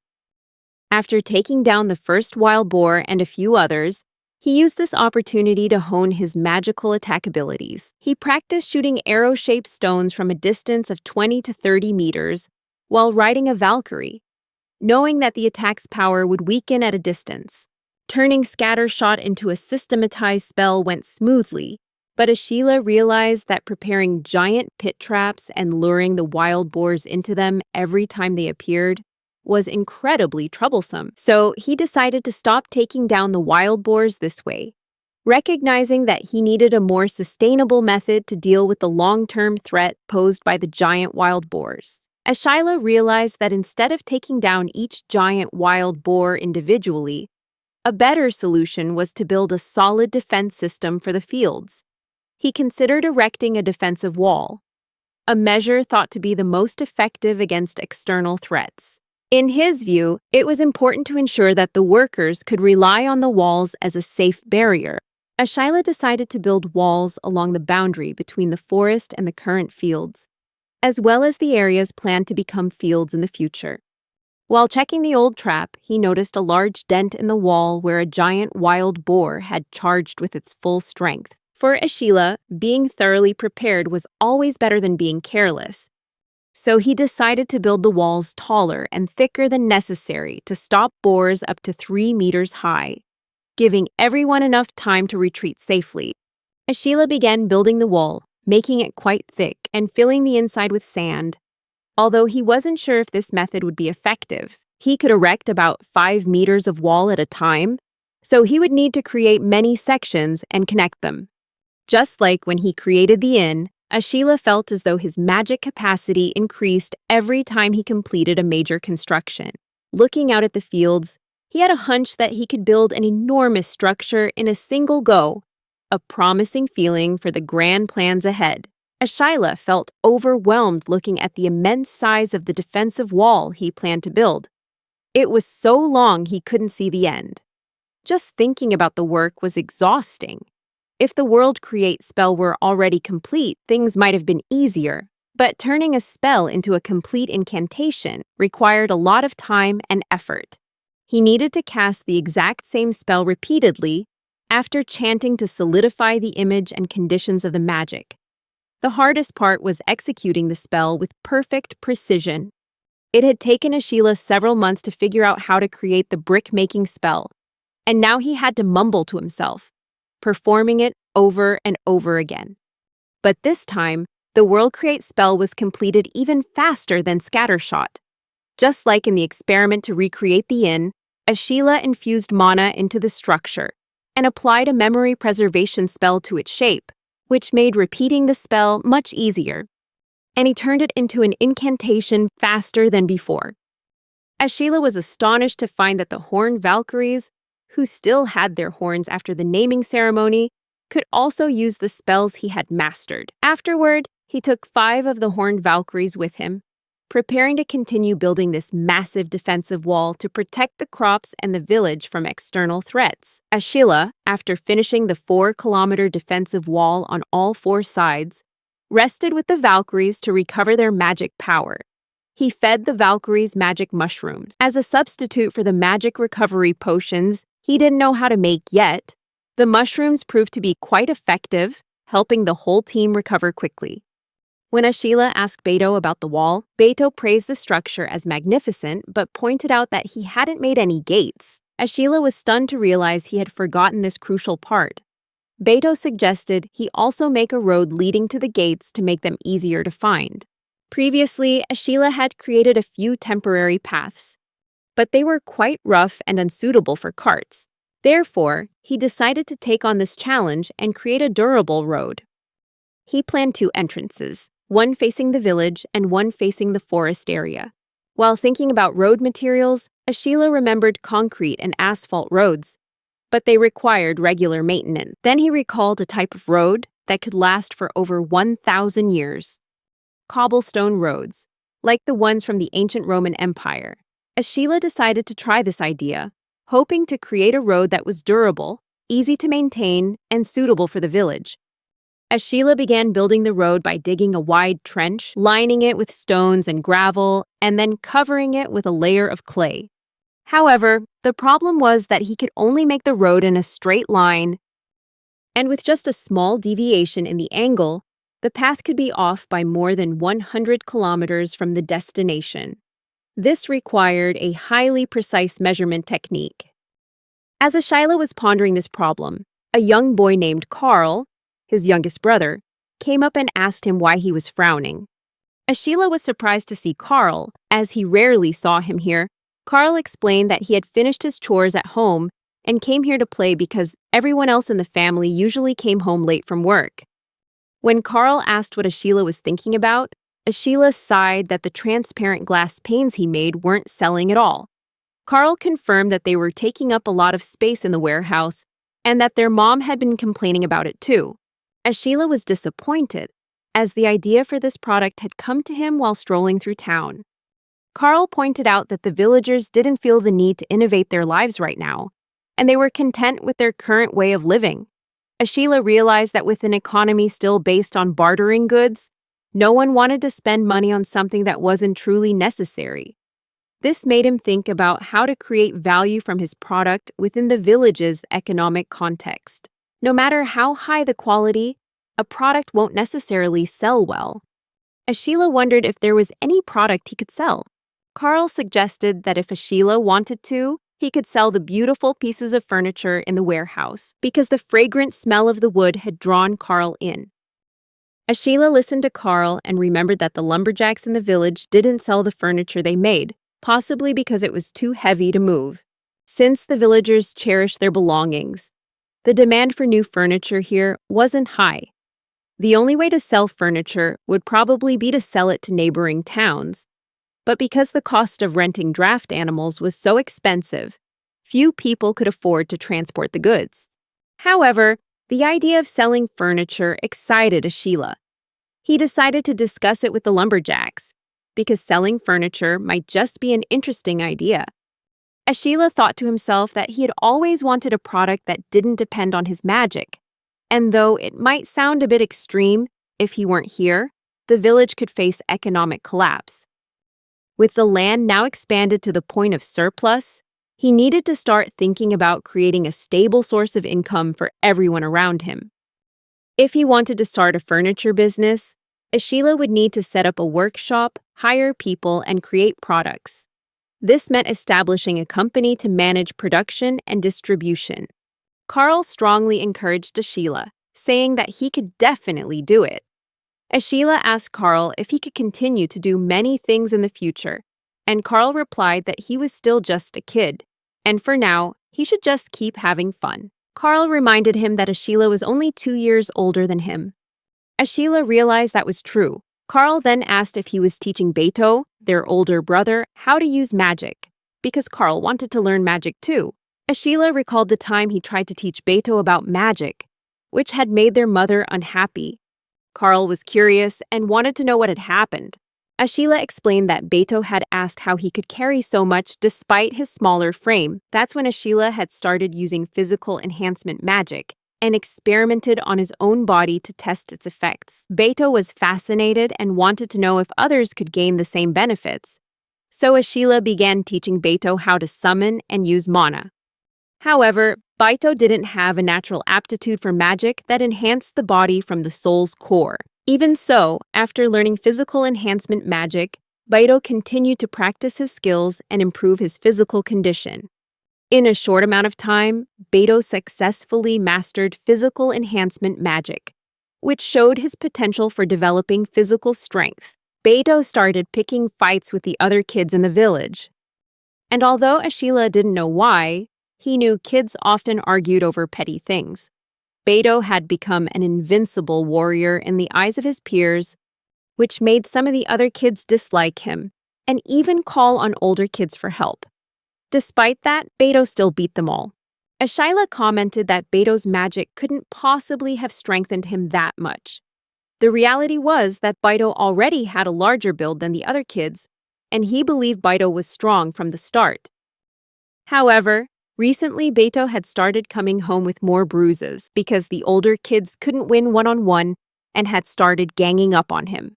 Even so, Beto wasn't discouraged and kept fighting persistently, despite being defeated multiple times. Through these many confrontations, Beto's fighting ability steadily improved.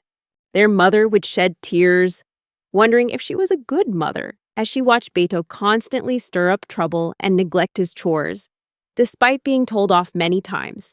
It broke her heart, and she often cried. Beto no longer had any rivals in the village, and Carl was surprised to hear about all this. Ashila said this was why he didn't want to teach magic irresponsibly.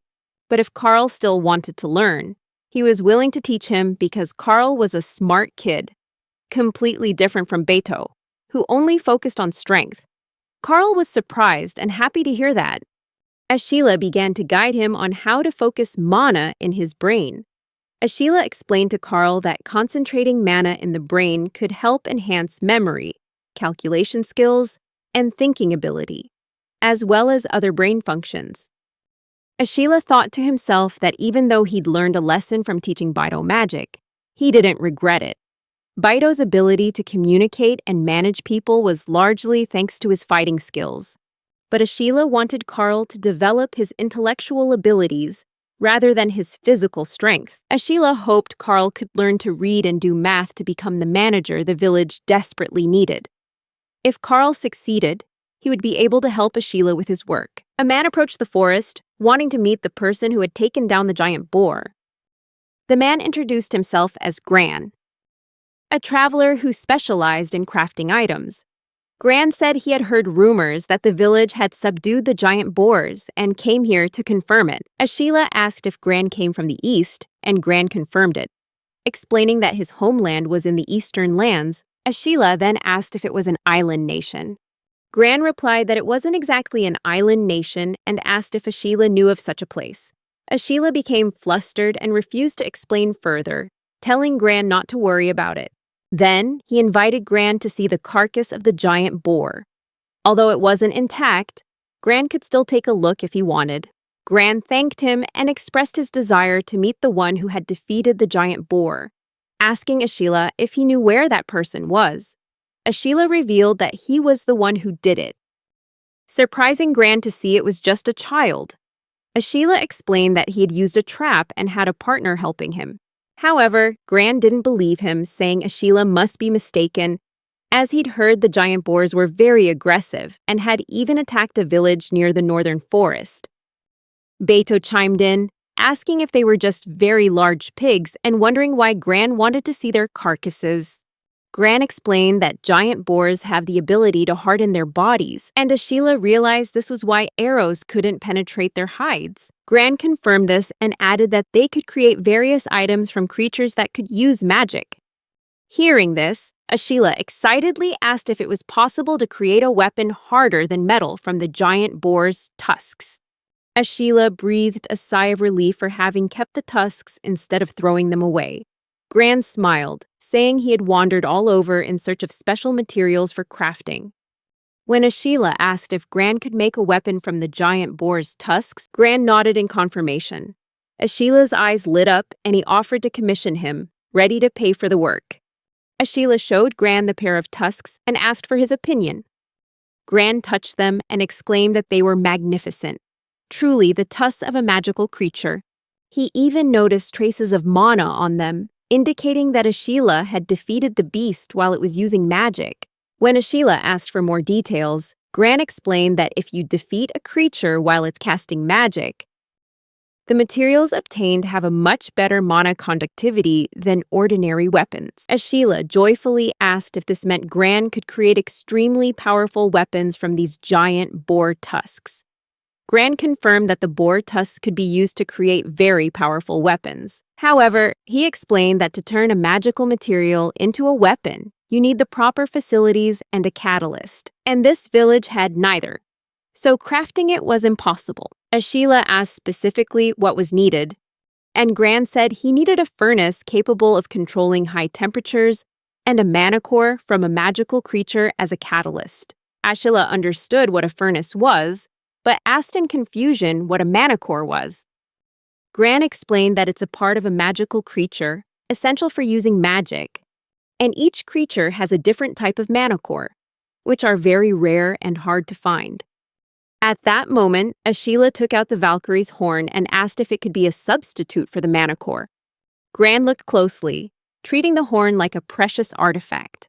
After examining it, Gran said that although he could only guess, it was likely this horn could be used as a mana core, which left Ashila both surprised and thrilled. Gran asked if the horns were from a working beast, and Ashila was surprised to confirm that Gran knew about them.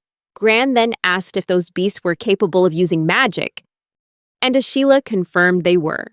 Gran explained that a working beast capable of using magic is considered a first-rate product, leaving Ashila stunned. Gran said the last thing they needed was a furnace that could withstand high temperatures. They would also need other materials and tools, but the furnace was the essential element. Ashila proposed that he would try to make a furnace and that the bricks he had made had better heat resistance than clay. Although he didn't know exactly how much heat they could withstand, Ashila was willing to try if it meant they could craft the weapon. Gran said that even if they could build a furnace to hold the fire, they would need wind to increase the temperature. And therefore, they'll need a pair of bellows. Ashila was disappointed and asked again, "Aren't bellows made of wood?" Since he could only handle earth, Ashila felt disheartened. Gran grabbed him and encouraged him, saying he'd never be able to make a good weapon if he gave up now, then suggested they do it together. Ashila managed to create a furnace along with a foot-powered bellows system.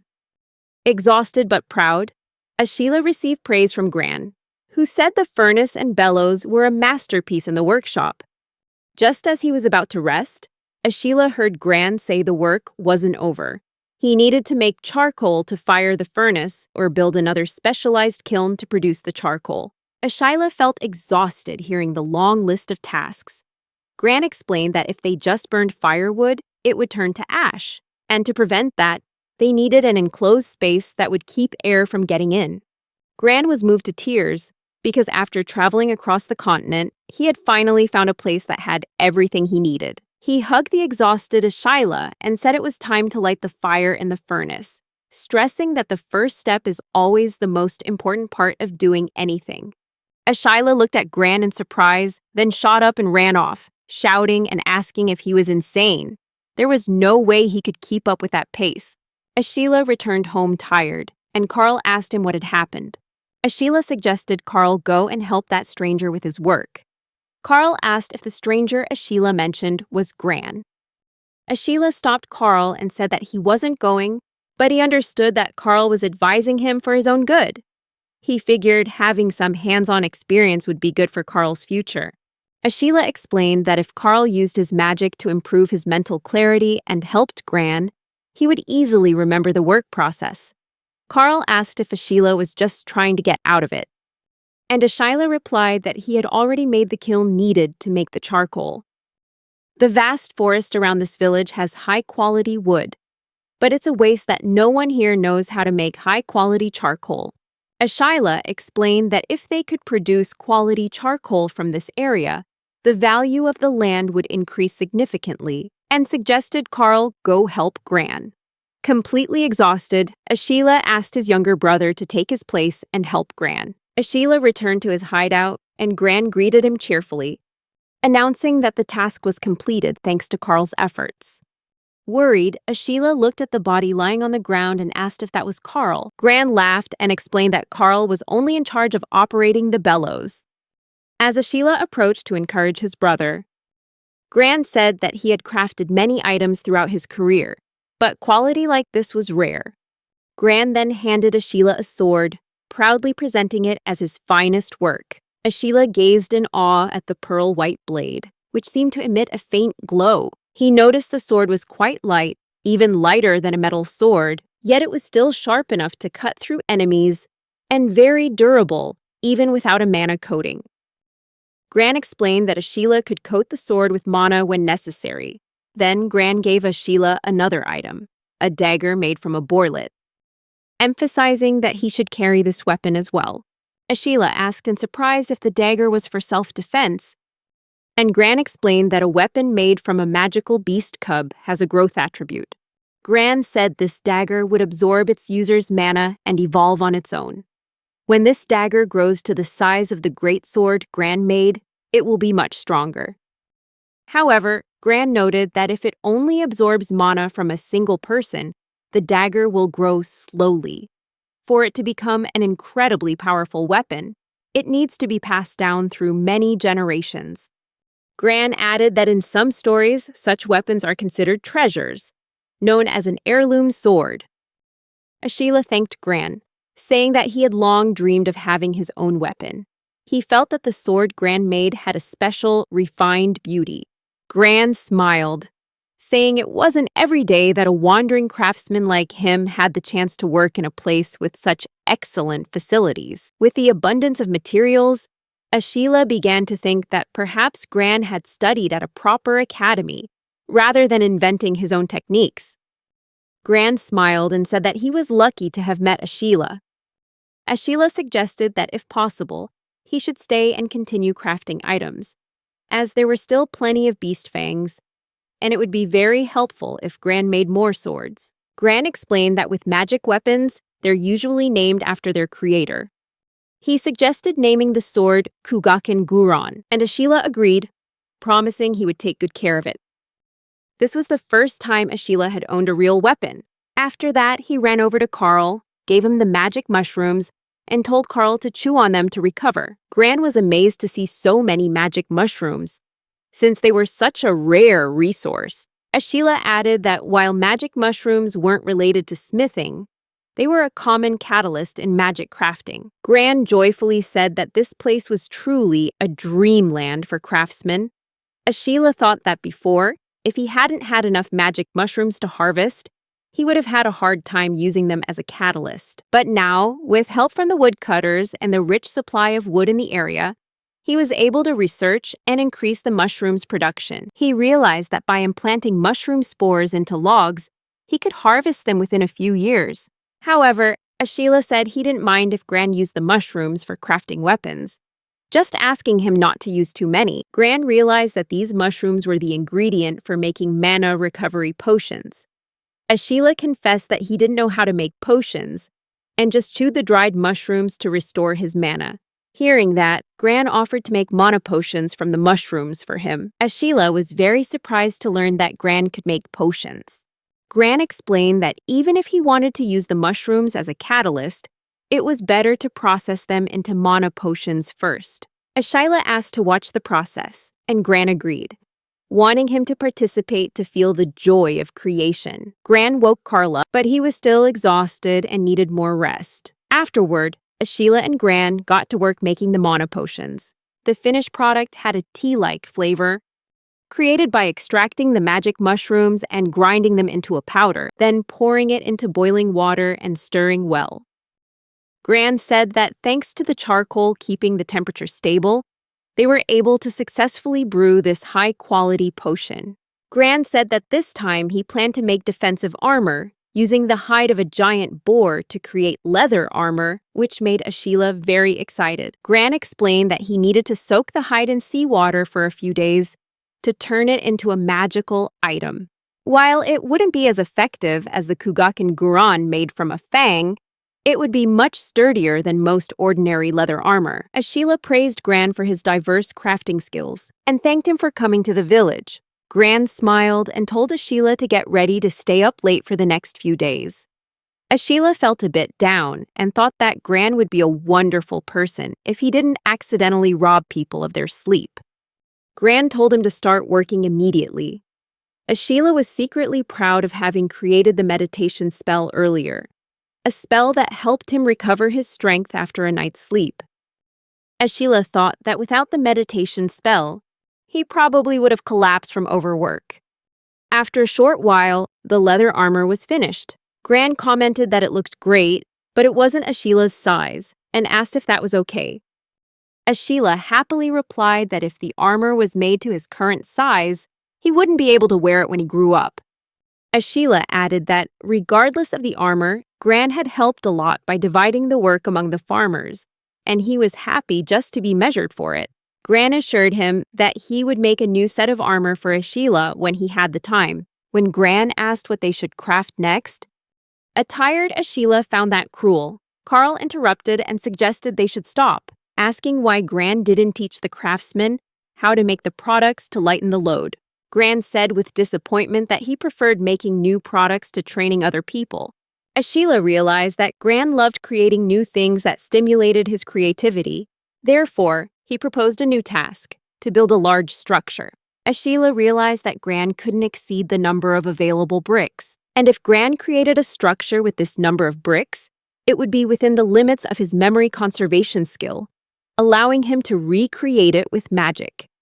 Ashila said that if Gran could create a magnificent house for himself with those bricks, he could use magic to recreate it later. Additionally, Gran was allowed to use mortar, and the house should be designed to be habitable. Gran heard about the limitations and grew excited, seeing it as an interesting challenge, and got to work. Ashila succeeded in keeping Gran busy and decided to experiment with something on his own. He noticed that the Kugaken blade Gran had created from the giant boar's tusk and the Valkyrie's horn already possessed the harden ability. This made him curious whether he could discover more effects from other materials. Ashila gathered the materials: a mana potion, a heat-resistant brick, clay from his magic, a Valkyrie's horn, and a giant boar's tusk. To create the core material, he had to break down the heat-resistant brick into clay and then fire it. Using knowledge from his past life, Ashila mixed the ground heat-resistant brick, the horn, and the tusk into the clay. In addition, he poured a boiled mana potion into the mixture, creating multiple samples with different ratios of each ingredient. After carefully shaping them, he put them into the kiln, but the initial results were not as he expected.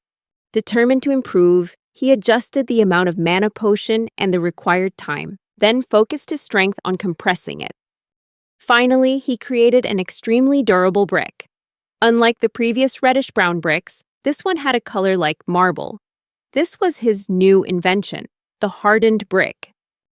Looking at his creation, Ashila realized that just by adding a catalyst and special ingredients, he could create such a high-class material. He also began to understand why Gran was so passionate about crafting. Because he could only use earth-related magic, Ashila had always yearned to create bricks as durable as metal. No matter how many times he tried to imagine it, his bricks still fell short.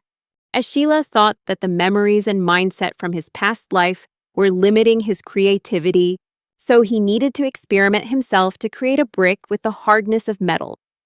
After concentrating and using his memory conservation skill, he developed a spell to create hardened bricks, based on the structural creation logic he had used before. In the end, he had created a new spell called Hardened Brick Creation, which allowed him to make durable bricks without needing the horns or tusks of magical creatures. And he found it truly magical. These bricks looked more like marble flooring than Roman-style paving stones. To create a Roman-style paved road, he used the road placement spell and experimented with the hardened bricks. Afterward, he wondered if he should raise the sides of the road to ensure pedestrian safety. Sheila was astonished by the structure Gran had built. The space was larger than he had imagined. And Gran explained that he had installed many windows to save on building materials. Sheila was surprised to see an arched doorway and even glass window panes. Gran mentioned he got the idea after hearing Carl talk about the glass panes Sheila had left in storage because they couldn't be sold.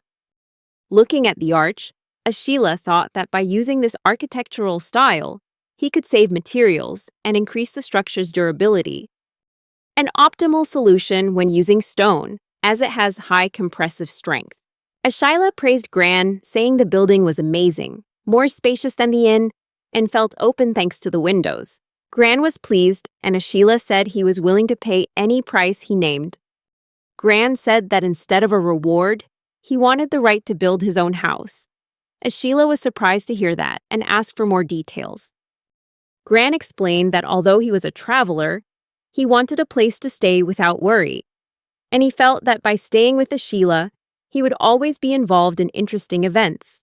Sheila thought about how, after enclosing the fields with a wall, he had received many requests from other people wanting to live in the area, but because the Valkyries also lived here, he had refused them all. However, it wasn't every day you met a craftsman as talented as Gran, so if that was his wish, he would accept it. Gran thanked him, and with that, he became the first person to live in Sheila's territory. During dinner, Sheila wondered why his mother's cooking was always so delicious, which was why he was still at home instead of living in a lodging house. His eldest brother, Hector, had gotten married, quite early at the age of 14, even for this world, and their house was getting more and more crowded. Because their house was getting cramped, Sheila's family had to expand the storage shed to use as temporary living space. In this world, it was a given that the eldest son would inherit the house and the land. If their father, the head of the family, passed away, the house and land would be passed down to Sheila's older brother, and then on to his son. If the other brothers couldn't find work, they would stay at home and work for the family. His family got along well, so Sheila wanted to stay with them for as long as possible. However, Sheila had been preparing to become independent since he was 5 years old, so he decided to leave his parents' home. First, he prepared the land in the development area and moved the base near the southern wall to the center of the plot.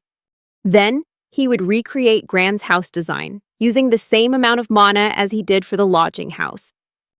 This time, he changed the material from regular bricks to hard bricks. Sheila built 4 1-kilometer-long walls surrounding his house, then paved roads from the center of the plot and connected them to the 4 outer walls. He set aside the land to the south, near the road leading to the village, for Gran to build his own house. Gran turned out to be a true creative fanatic. As soon as he received the land, he immediately started building his own house. Sheila built a few lodging house-style homes along the southern road for Beto. Beto wanted to leave home too, so he shared his new house with his friends and decided to rent out the empty rooms to people who wanted to work in the fields. Sheila decided the northern forest would be a forestry area, with lumber management and charcoal production to be located in the northeast section, supported by woodcutters like Madoc and the carpenters who had moved there. The northeast section was an area that would still need further development in the future. The central area was Sheila's house, the Valkyrie's residence, and the magic mushroom cultivation area. He kept the horned Valkyries in the central area and had them take care of incubating the eggs, just as he had planned for the land's development. By the time everything was ready for the move to the new house, he was 9 years old. The merchant, who was astonished to hear that Sheila had given a piece of land to a stranger and wondered why he hadn't said anything to him. Sheila replied that he thought a traveling merchant wouldn't need land, But the merchant said he didn't plan to be a traveling merchant forever and wanted his own shop. Therefore, he wanted Ashila to give him a plot of land. Then, the merchant suddenly looked at Ashila and said that he had lied about not having any work beasts that could use magic, which left him flustered. Explaining that he didn't know the Valkyries could use magic and didn't think it was rare, but he only sold Valkyries with their horns cut, so none of those could use magic. Selling Valkyries that could use magic was fraught with risks. Ashila agreed and said he would let the merchant open a shop there, and that he really hoped it would be a food store. The merchant said he would think about it, since it seemed Ashila trusted him to some extent. Then, the merchant mentioned that there were rumors about a dangerous group of people on that land. Ashila was confused and asked what he meant, and the merchant said that they were talking about him, that he was the one considered dangerous. Ashila was surprised to hear that, but he said that he hadn't done anything dangerous. The merchant went on to say that if you thought about it, the nobility ruling the area might feel uneasy about a giant fortress surrounded by massive walls suddenly being built. He reminded him that it was almost time to pay taxes, so the tax collectors would be coming soon. And Ashila would have to be prepared to answer their questions, even though you had a land development permit. Anyway, when they collected taxes last year, they didn't say much, but this time Ashila was stunned to hear that his land would be declared the property of the Fontana clan. They would seize it by force and arrest him if he tried to resist. Poll taxes and land taxes were usually paid with the annual wheat harvest. The villages would collect the wheat at the village chief's house and send a representative to meet the tax collector. Ashila pays his taxes in gold, so the tax collectors have to come directly to his house, which means he has to entertain them properly. He has to clean the house and prepare food.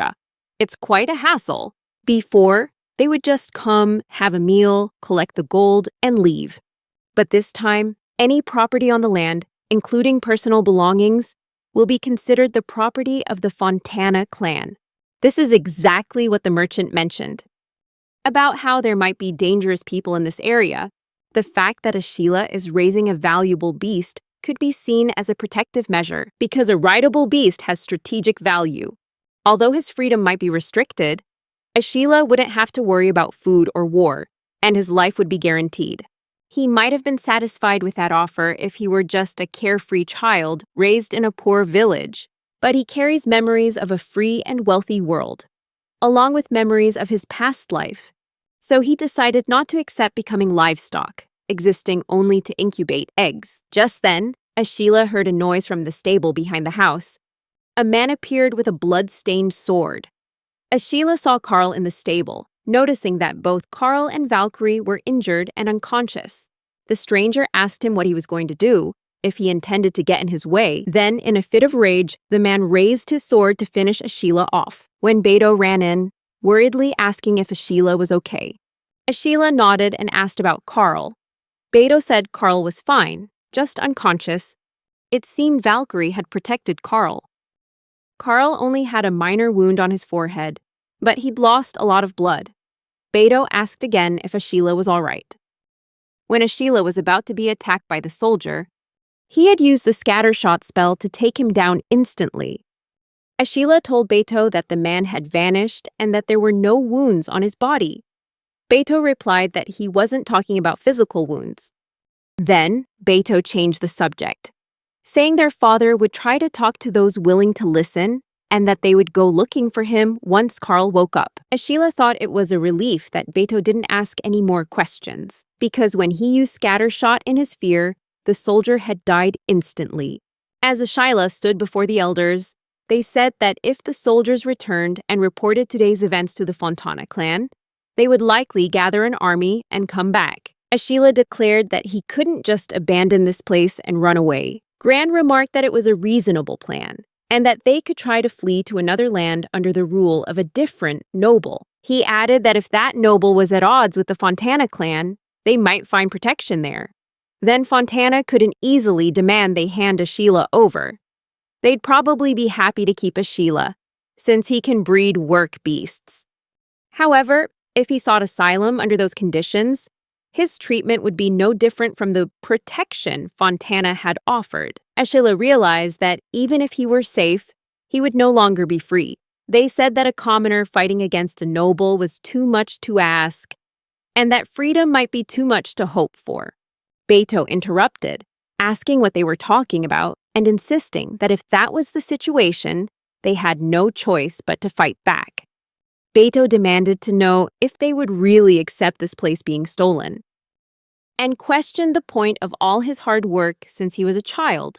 He also stressed that the next time soldiers came, all their loved ones would be captured, and Carl might actually be killed. He asked if they were really not going to stand up and fight. Beto declared loudly that of course he would fight alongside Ashila, and that it was an older brother's duty to protect his younger brother. He even added that he could probably ride Valkyrie better than Ashila anyway. Maddox said he would join too, because he couldn't just stand by and watch a child who was like a grandchild to him be killed. He mentioned that ever since he started managing the logging, charcoal production, and furniture making, the woodsmen no longer had to worry about going hungry. No one wanted to go back to the old way of life. So he decided he would side with Ashila if he chose to fight back, affirming that Ashila was now their center, and they would be willing to sacrifice themselves for him. Ashila thanked him, while his father said that if everyone was going this far, he couldn't just stand by. As a father, he would stand by his son's side and protect his family. Ashila never expected to gain allies who were willing to risk their very lives. Then, the merchant said that if everyone had made up their minds, he would help too. He would gather information from other traders. Ashila asked if that was all right, since merchants don't usually do things that don't turn a profit. The merchant replied that if Ashila were no longer here, he wouldn't be able to monopolize the business involving magical beasts of labor either. The merchant said that he believed in Ashila and asked him to focus on finding supporters. Since he was good at thinking about things like that, Ashila smiled and said that when this was all over, he would prepare a large plot of land for him. Ashila realized that everyone here was fighting for his freedom, to protect their families, their land, and their lives. To win his freedom, he would fight against the nobility, and to do that, he had to start by gathering people together.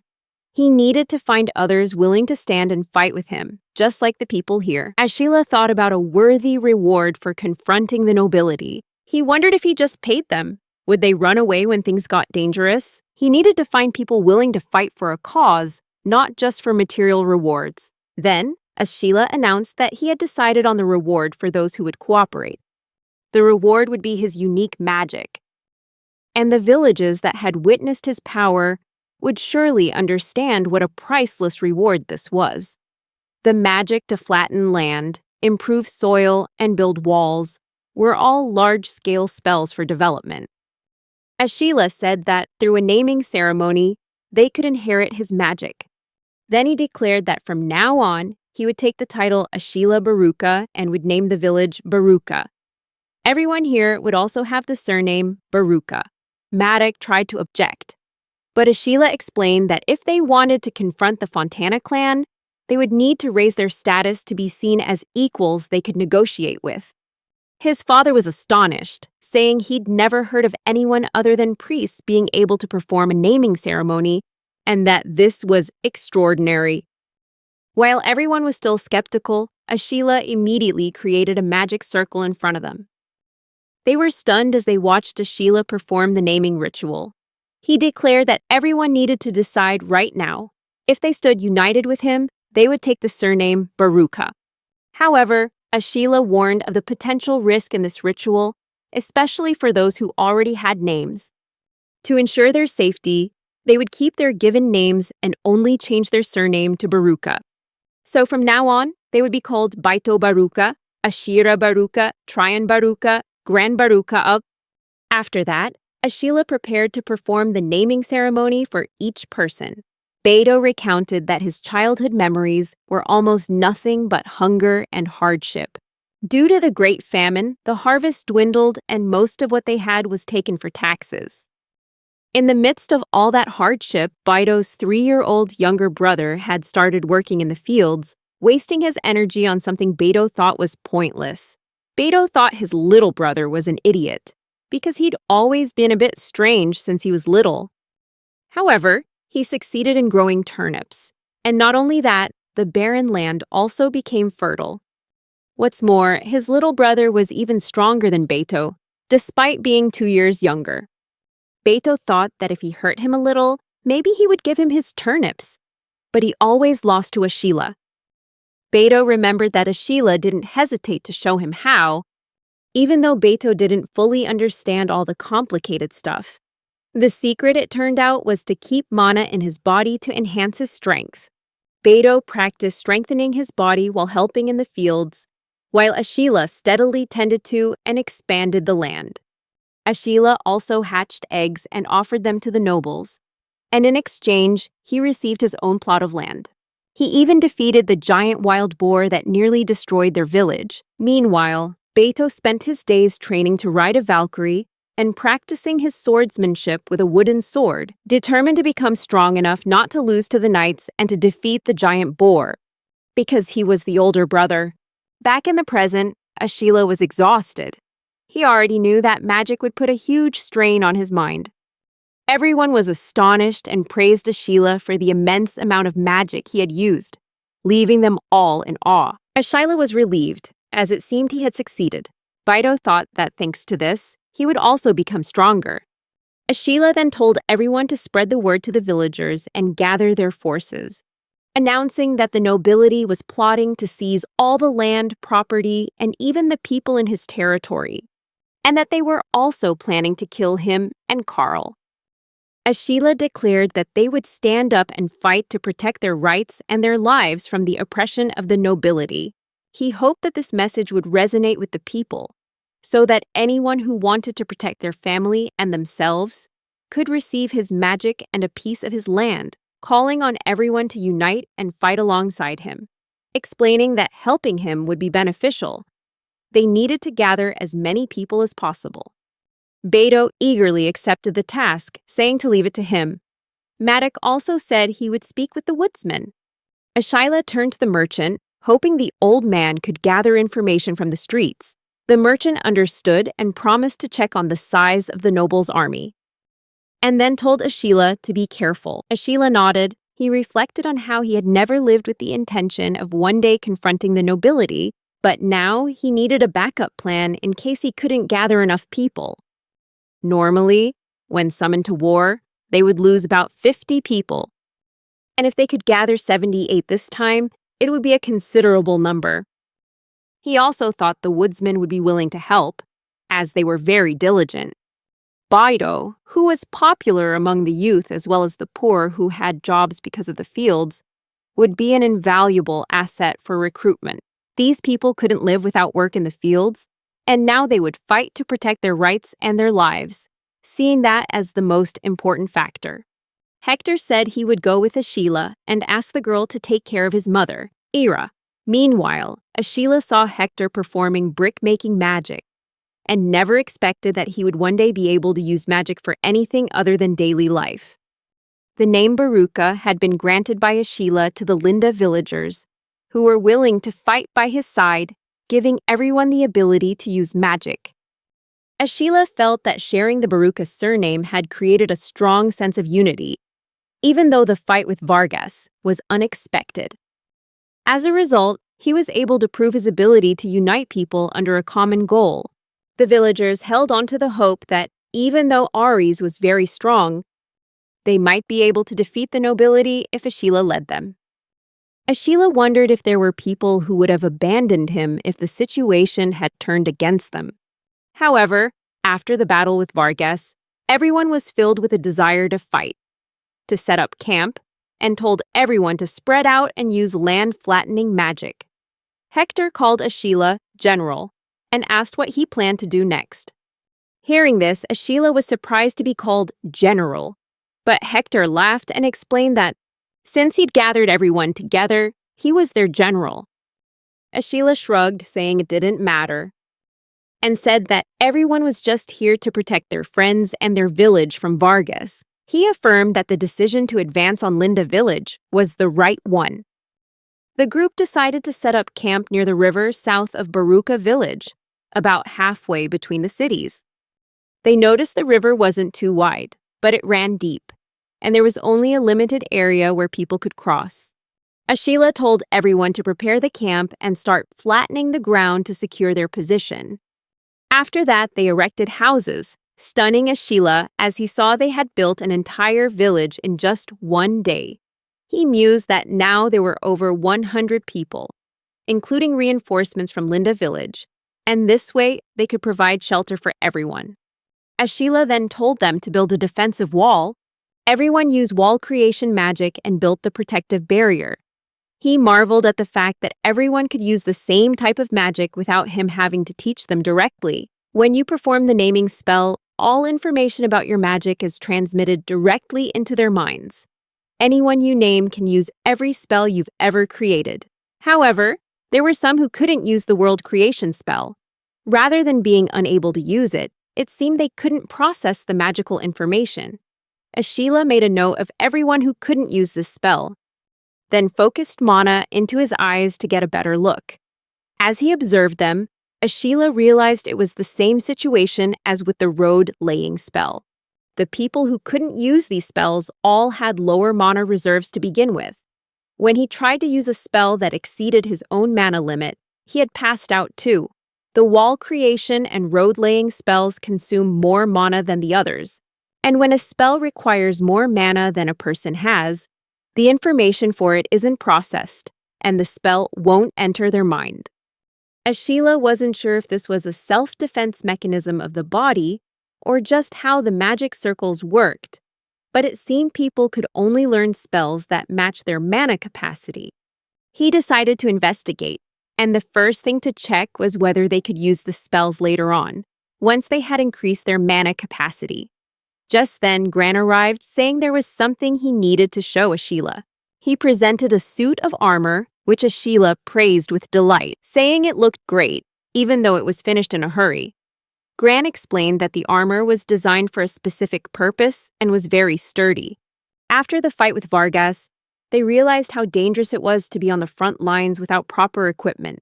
They had received the swords, and Hector commented that while the blade was a bit light for his taste, he figured he couldn't be too picky on the battlefield. Ashila had given the Kugekin swords to those closest to him, like his father and Maddox group, because they understood his intentions and could give instructions to the other villagers. Ashila had gathered reliable comrades and now had a core force of 45 people. He had also solved the equipment shortage. There was just one thing left to do when the merchant came running up, out of breath, to announce that he'd found the enemy's schedule and route, revealing their numbers were as high as 500. They were stunned to hear the number, and Ashila thought to himself that normally only about 50 men were summoned from Baruka village, yet the enemy was bringing a force 10 times that size. Then, the merchant said he was amazed Ashila had actually built walls there, and had even managed to build a base and gather people from the neighboring villages. He said Ashila was likely exceeding the Fontana family's expectations. Ashila agreed with him, telling himself that the difference in numbers was just too great. To attack a castle, you normally need 3 times the number of defenders. The Fontana family had actually gone and gathered a force far beyond that. And he realized they wouldn't be able to withstand a siege since they had no reinforcements to begin with. That was why Ashila declared that they needed to fight an open battle. Hector agreed with Ashila, saying that even if they tightened their defenses, they had fewer provisions and men. There was no way to win like that. The Fontana family probably thinks we're just a bunch of farmers who banded together. But in reality, we're a group capable of using combat magic. Ashila said that if they could inflict damage before the army figured out a counter strategy, they would have a chance to win, and since they only had one shot, they had to ambush the enemy. Just then, a Valkyrie came up and gently nudged his back, surprising him. He asked when she'd gotten there. She started to nibble on him gently, and Ashila's father said she was probably trying to encourage him. Ashila reassured her that he was fine and said he was putting his trust in his companion. He was determined to survive with everyone and win their freedom. Later, they stood before the noble's army, and as Ashila looked at them, he saw that, just as expected, there were many soldiers in metal armor. And thanks to that, they could fight on favorable terrain. According to the plan, the army's numbers and schedule matched the merchant's information. Just then, a villager pointed and said that someone was appearing. Ashila looked and wondered if that person was riding a hornless Valkyrie. It was the commander of the noble's army.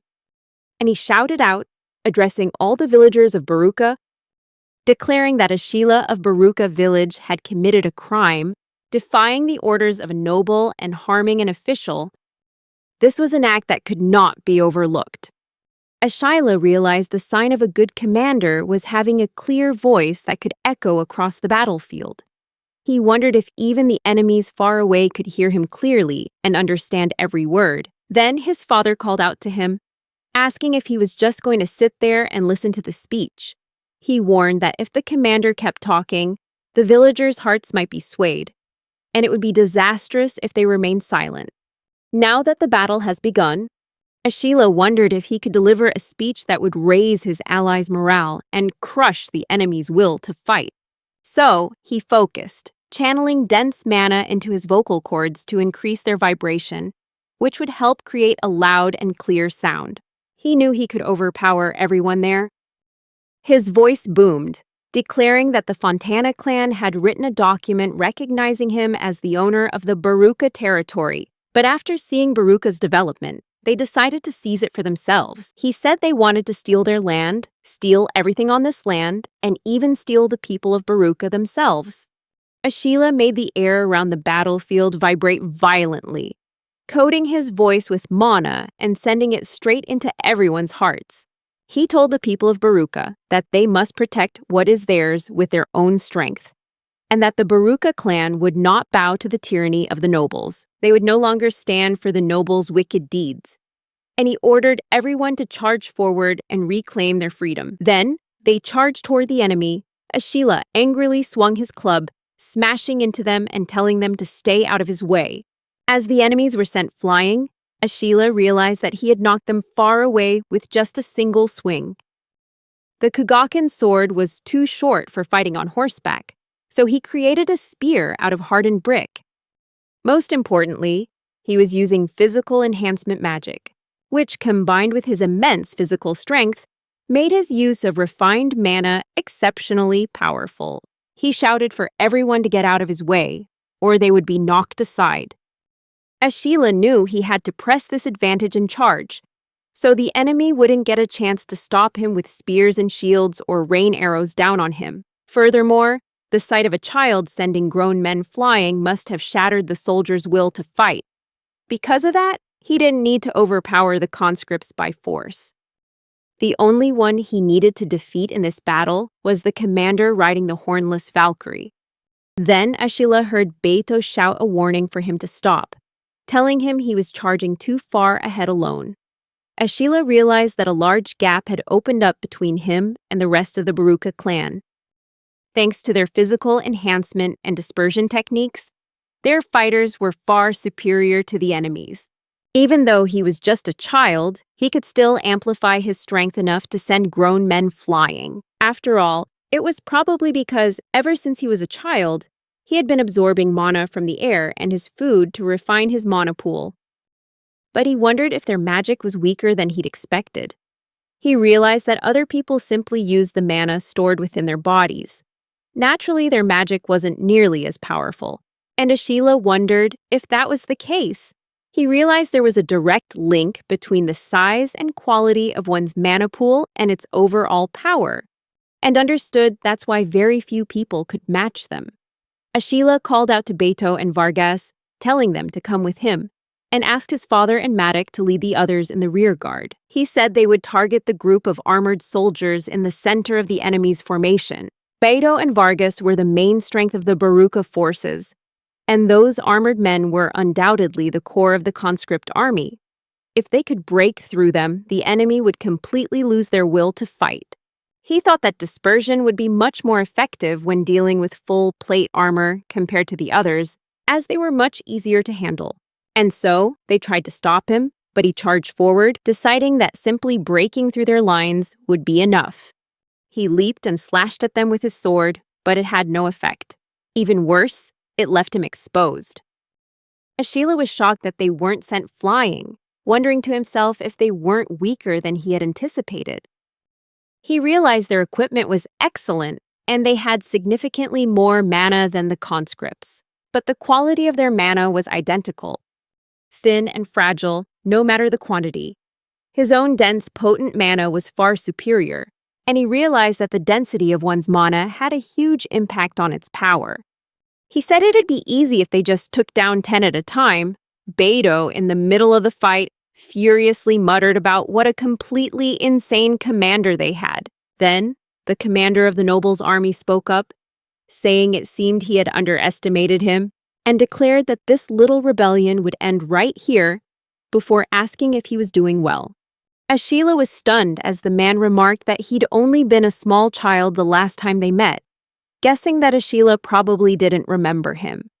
He introduced himself as Raymond, the head of the Fontana family and the ruler of these lands. Ashila remembered the man leading the army. There was no way he could ever forget him. He was the one who had cut the horns from the Valkyrie he'd presented to the Fontana family, and also the one who had granted him the right to purchase his own land. And now, here he was, trying to take everything away from them, the head of the Fontana family, Raymond. He remembered that his name had been on the notice the tax collectors delivered. Ashila seethed with anger, wondering how this man dared to trample all over the fruits of his people's honest labor, with absolutely no regard for anyone else. Beto yelled at Ashila to calm down and look around him. The armored soldiers were retreating. Vargas said that while it was hard to be sure, it was obvious Raymond had revealed himself deliberately to stall for time. Ashila realized he had lost all the momentum he'd just created, as he saw the nobles' army preparing to cast their spells on him. In that world, every noble possessed their own unique and powerful magic. Their ability to wield powerful magic is what puts them in a position to rule the land. But no matter how strong a person is, they can't fight alone. That's why there are naming ceremonies, where nobles who can rally commoners grant magic to those who excel on the battlefield. However, magic is a powerful thing and can be a danger if granted to the masses. There was a betrayal once, and since then, a process was put in place for earning magic. Specifically, the process for a commoner to receive magic is as follows. First, they must fight on the battlefield repeatedly, accumulate achievements, and earn the trust of a noble to become a sworn warrior. After that, they work as an attendant for a night and receive recognition for their merits. But if someone is poor at magic and useless on the battlefield, they'll be stripped of their family name and exiled. And that's how the system works, where knights and minor nobles rule the land. What Ashila did was like exploiting a loophole in that system. His family, the Baruka, are a symbol of earth magic, and his opponents is the ice magic of the Fontana clan. When Raymond gave the order to attack, all the soldiers fired sharp ice spikes at them. Ashila realized he was surrounded and couldn't protect everyone by himself, so he decided to trust in his comrades. With a Kugaken sword filled with mana and body enhancement magic, he could deflect this attack, but it required hand-eye coordination. He split his mana between enhancing his physical body and his eyesight, then cast the spell. Suddenly, everything seemed to move in slow motion as he cut through the ice spikes. Ashila had never used mana for 2 different spells at the same time before, so this was difficult, but he managed to stay in control. He looked at Vargas and guessed that the reason he handled the scatter shots so well was because he'd fought against knights on the battlefield before. But he was surprised to see Vargas struggling and wondered if he was okay. Even though both his sword and his body were hardened, that didn't mean they were immune to damage, and he realized Vargas had dealt with most of the scatter shots by dodging. But if he dodged now, the shots would hit Beto and Ashila. So Vargas put himself on the line, and Ashila thought that was incredibly cool. Ashila remembered the last time he brought Raymond the Valkyrie. He could only stand by and watch as they cut off its horn. Now he had power and trustworthy comrades. He was no longer the weakling he used to be. He believed they could win their freedom now. The soldiers were stunned as the battle came to a halt. Beto praised the Valkyrie for doing a good job, but he noticed blood and looked back to see the Valkyrie had been hit by an ice arrow. Seeing this, Beto angrily jumped off his horse and yelled because she was hurt. Seeing this, Ashila told Vargas to support Beto. He knew that even with the Kagakin sword and body enhancement magic, it wouldn't be enough for Beto to pierce the opponent's armor. Beto leaped up, swung his sword, and attacked the soldier. Ashila was astonished to see Beto actually shatter the enemy's armor and realized he'd never really paid attention to his little brother's strength. He had only compared Beto to the other kids in the village, and now, knowing the knights were out of mana, he thought Beto was strong enough to defeat them on the battlefield, stronger than he'd imagined. Seeing Beto overwhelm them with frantic strength while Vargas guarded his back, Ashila realized that they didn't seem to need his help, and thanks to Beto drawing their attention, the number of knights focused on him had greatly decreased. This was his chance to end the fight. Raymond was surprised to see they had magic swords, and that Ashila's physical strength wasn't half bad either. He asked how Ashila had managed all that. Ashila replied that it was none of his business, but he knew Raymond still thought he had the upper hand. Ashila felt that not a single knight could stop him, but he realized he shouldn't get cocky. He just regretted that it now seemed impossible to convince them to retreat, because Raymond, the representative of the Fontana family, was much stronger than his knights. Ashila understood that he shouldn't think of Raymond as just some commander who stood by while his knights did all the work. Raymond's sword looked incredibly dangerous. Ashila could sense it contained even more magical power than the Kugakin. Raymond looked at Ashila with pity and said it was time to show him his power. Ashila rushed at Raymond, deciding to use all the magical power he could muster to defeat him in a single slash. He thought he had succeeded, but in that instant, the look in Raymond's eyes made him realize it wasn't over yet. Raymond asked Ashila if he wanted to see the power of the Ice Soul blade. Ashila realized Raymond's blade was covered in ice, and now he was at a clear disadvantage because of his much shorter reach. No matter how many times he slashed, the ice just grew back, and the situation was getting worse and worse. Raymond attacked, and Ashila tried to block with his sword, realizing he had to enhance himself with mana as Raymond kept forcing him back. Then suddenly, he was knocked off his horse, stunned by the realization that there were people in this world who were unbelievably superhuman. As Raymond advanced to strike Ashila down, Ashila realized he couldn't possibly outrun a Valkyrie on his own 2 feet. He immediately used scatter shot and fired at the Valkyrie's leg, causing her to fall and leveling the playing field. Ashila knew that Raymond's power was still greater than his, and if he missed this opportunity, it would all be over. He charged forward to attack Raymond, but knights immediately appeared to protect him. Enraged, Ashila swung his sword, but the knights ruined his chance with their seamless coordination. He understood that it took both strength and coordination to break through this full plate armor, and as expected, the knights were very strong. However, he was still confident he could handle the situation by redistributing his mana. He took a long breath, while Raymond laughed and said it seemed he was running out of steam. Anne told him to stop his futile resistance. Ashila faced Raymond and said there was no way he would surrender, and that the one who should be surrendering was Raymond. Just then, the ground began to shake. Everyone was stunned, wondering what was happening.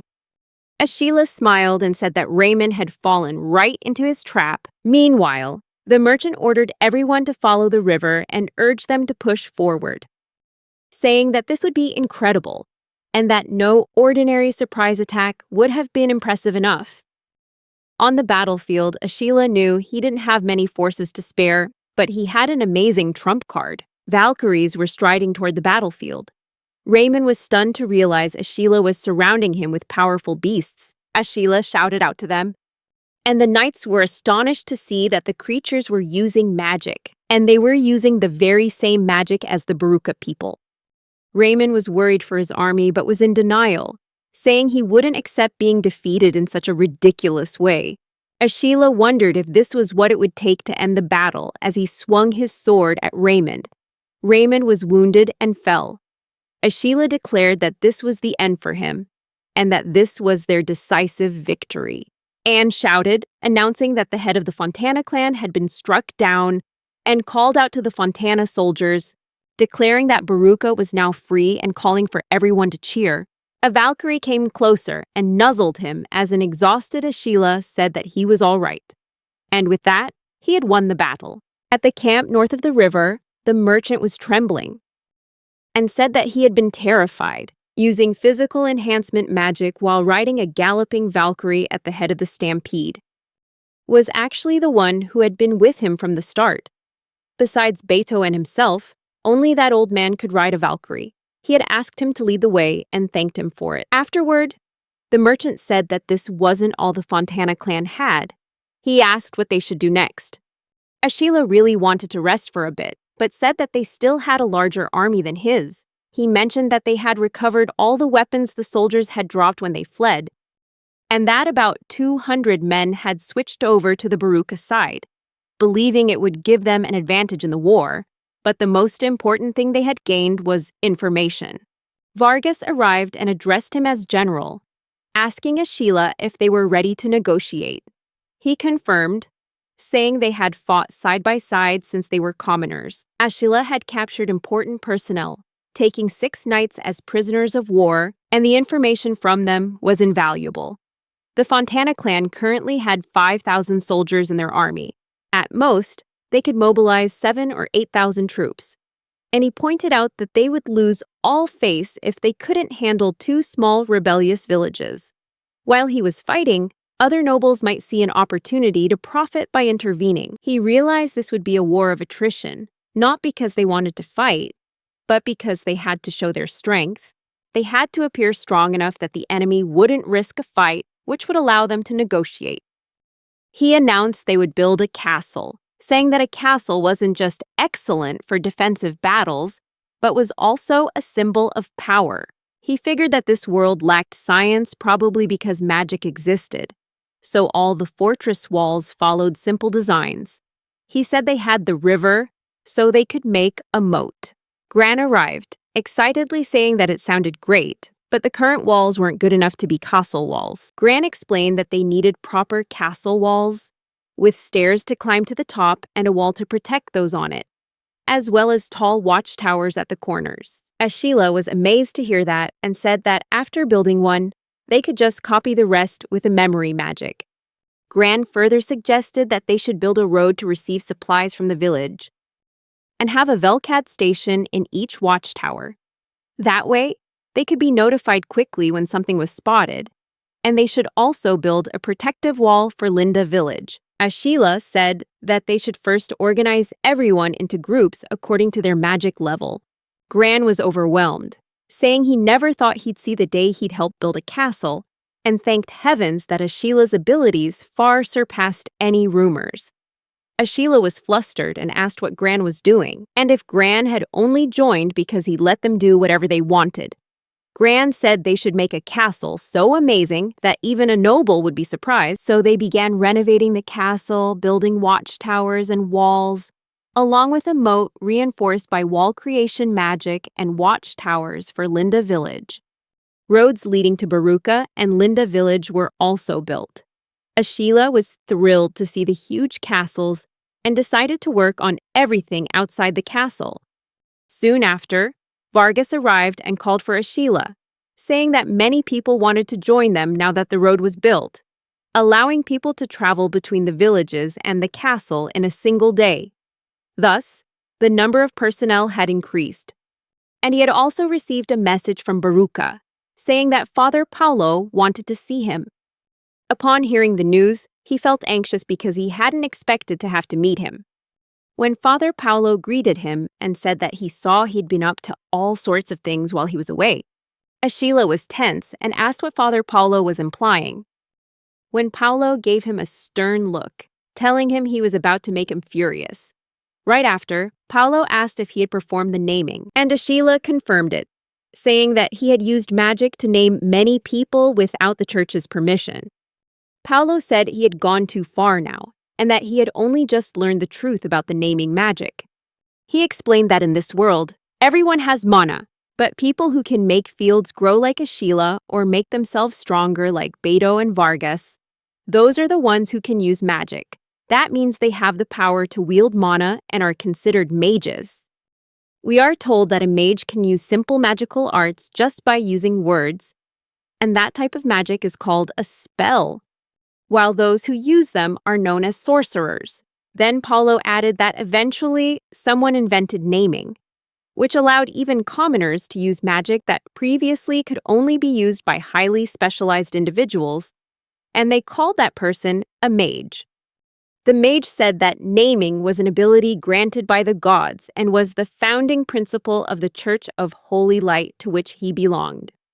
But Paulo said that the mage had other goals in mind. He explained that naming is essentially a parent-child bond.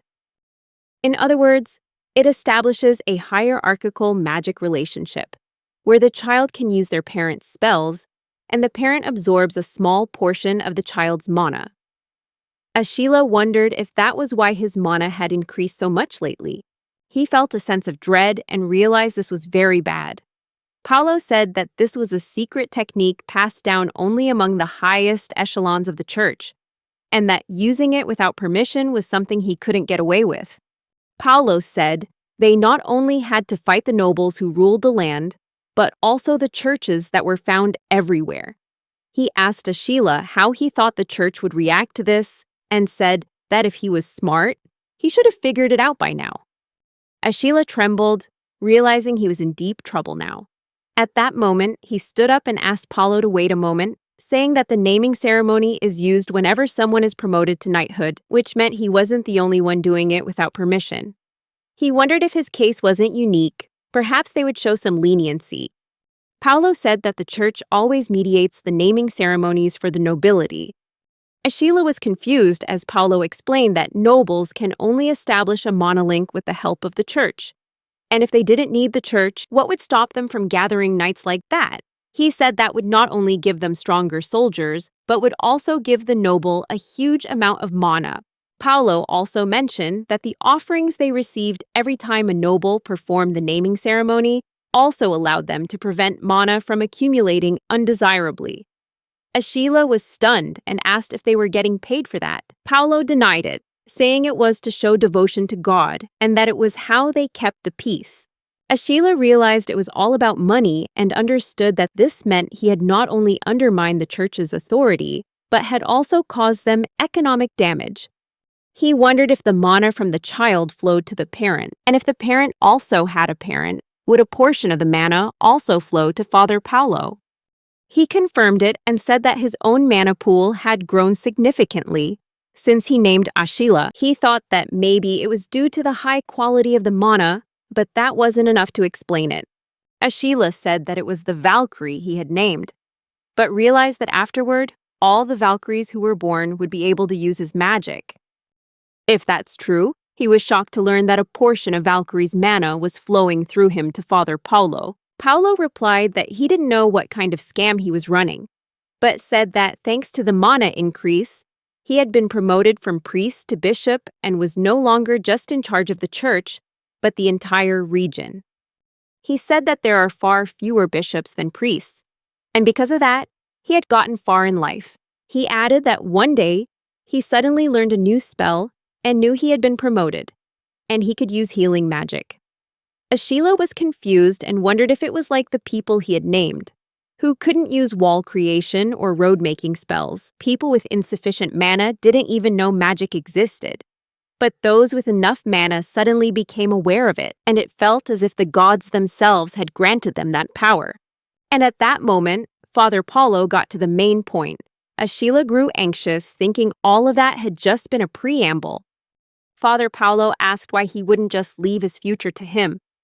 Then the father began to summarize what Ashila had done, killing tax collectors and soldiers, inciting the peasants, attacking a neighboring village, and going to war with the Fontana clan, and capturing 6 knights, unjustly occupying their land. Ashila tensed up as he heard the father describe everything with such malice. The father continued, saying he had stolen the church's secret art, the rite of naming, used it for evil purposes, and spread powerful magic. Ashila realized that even though he had just cause in the war against the Fontana clan, circumventing the naming law was inexcusable. The only solution was to join the church.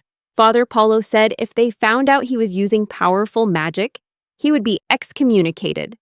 Ashila was shocked and asked what that meant.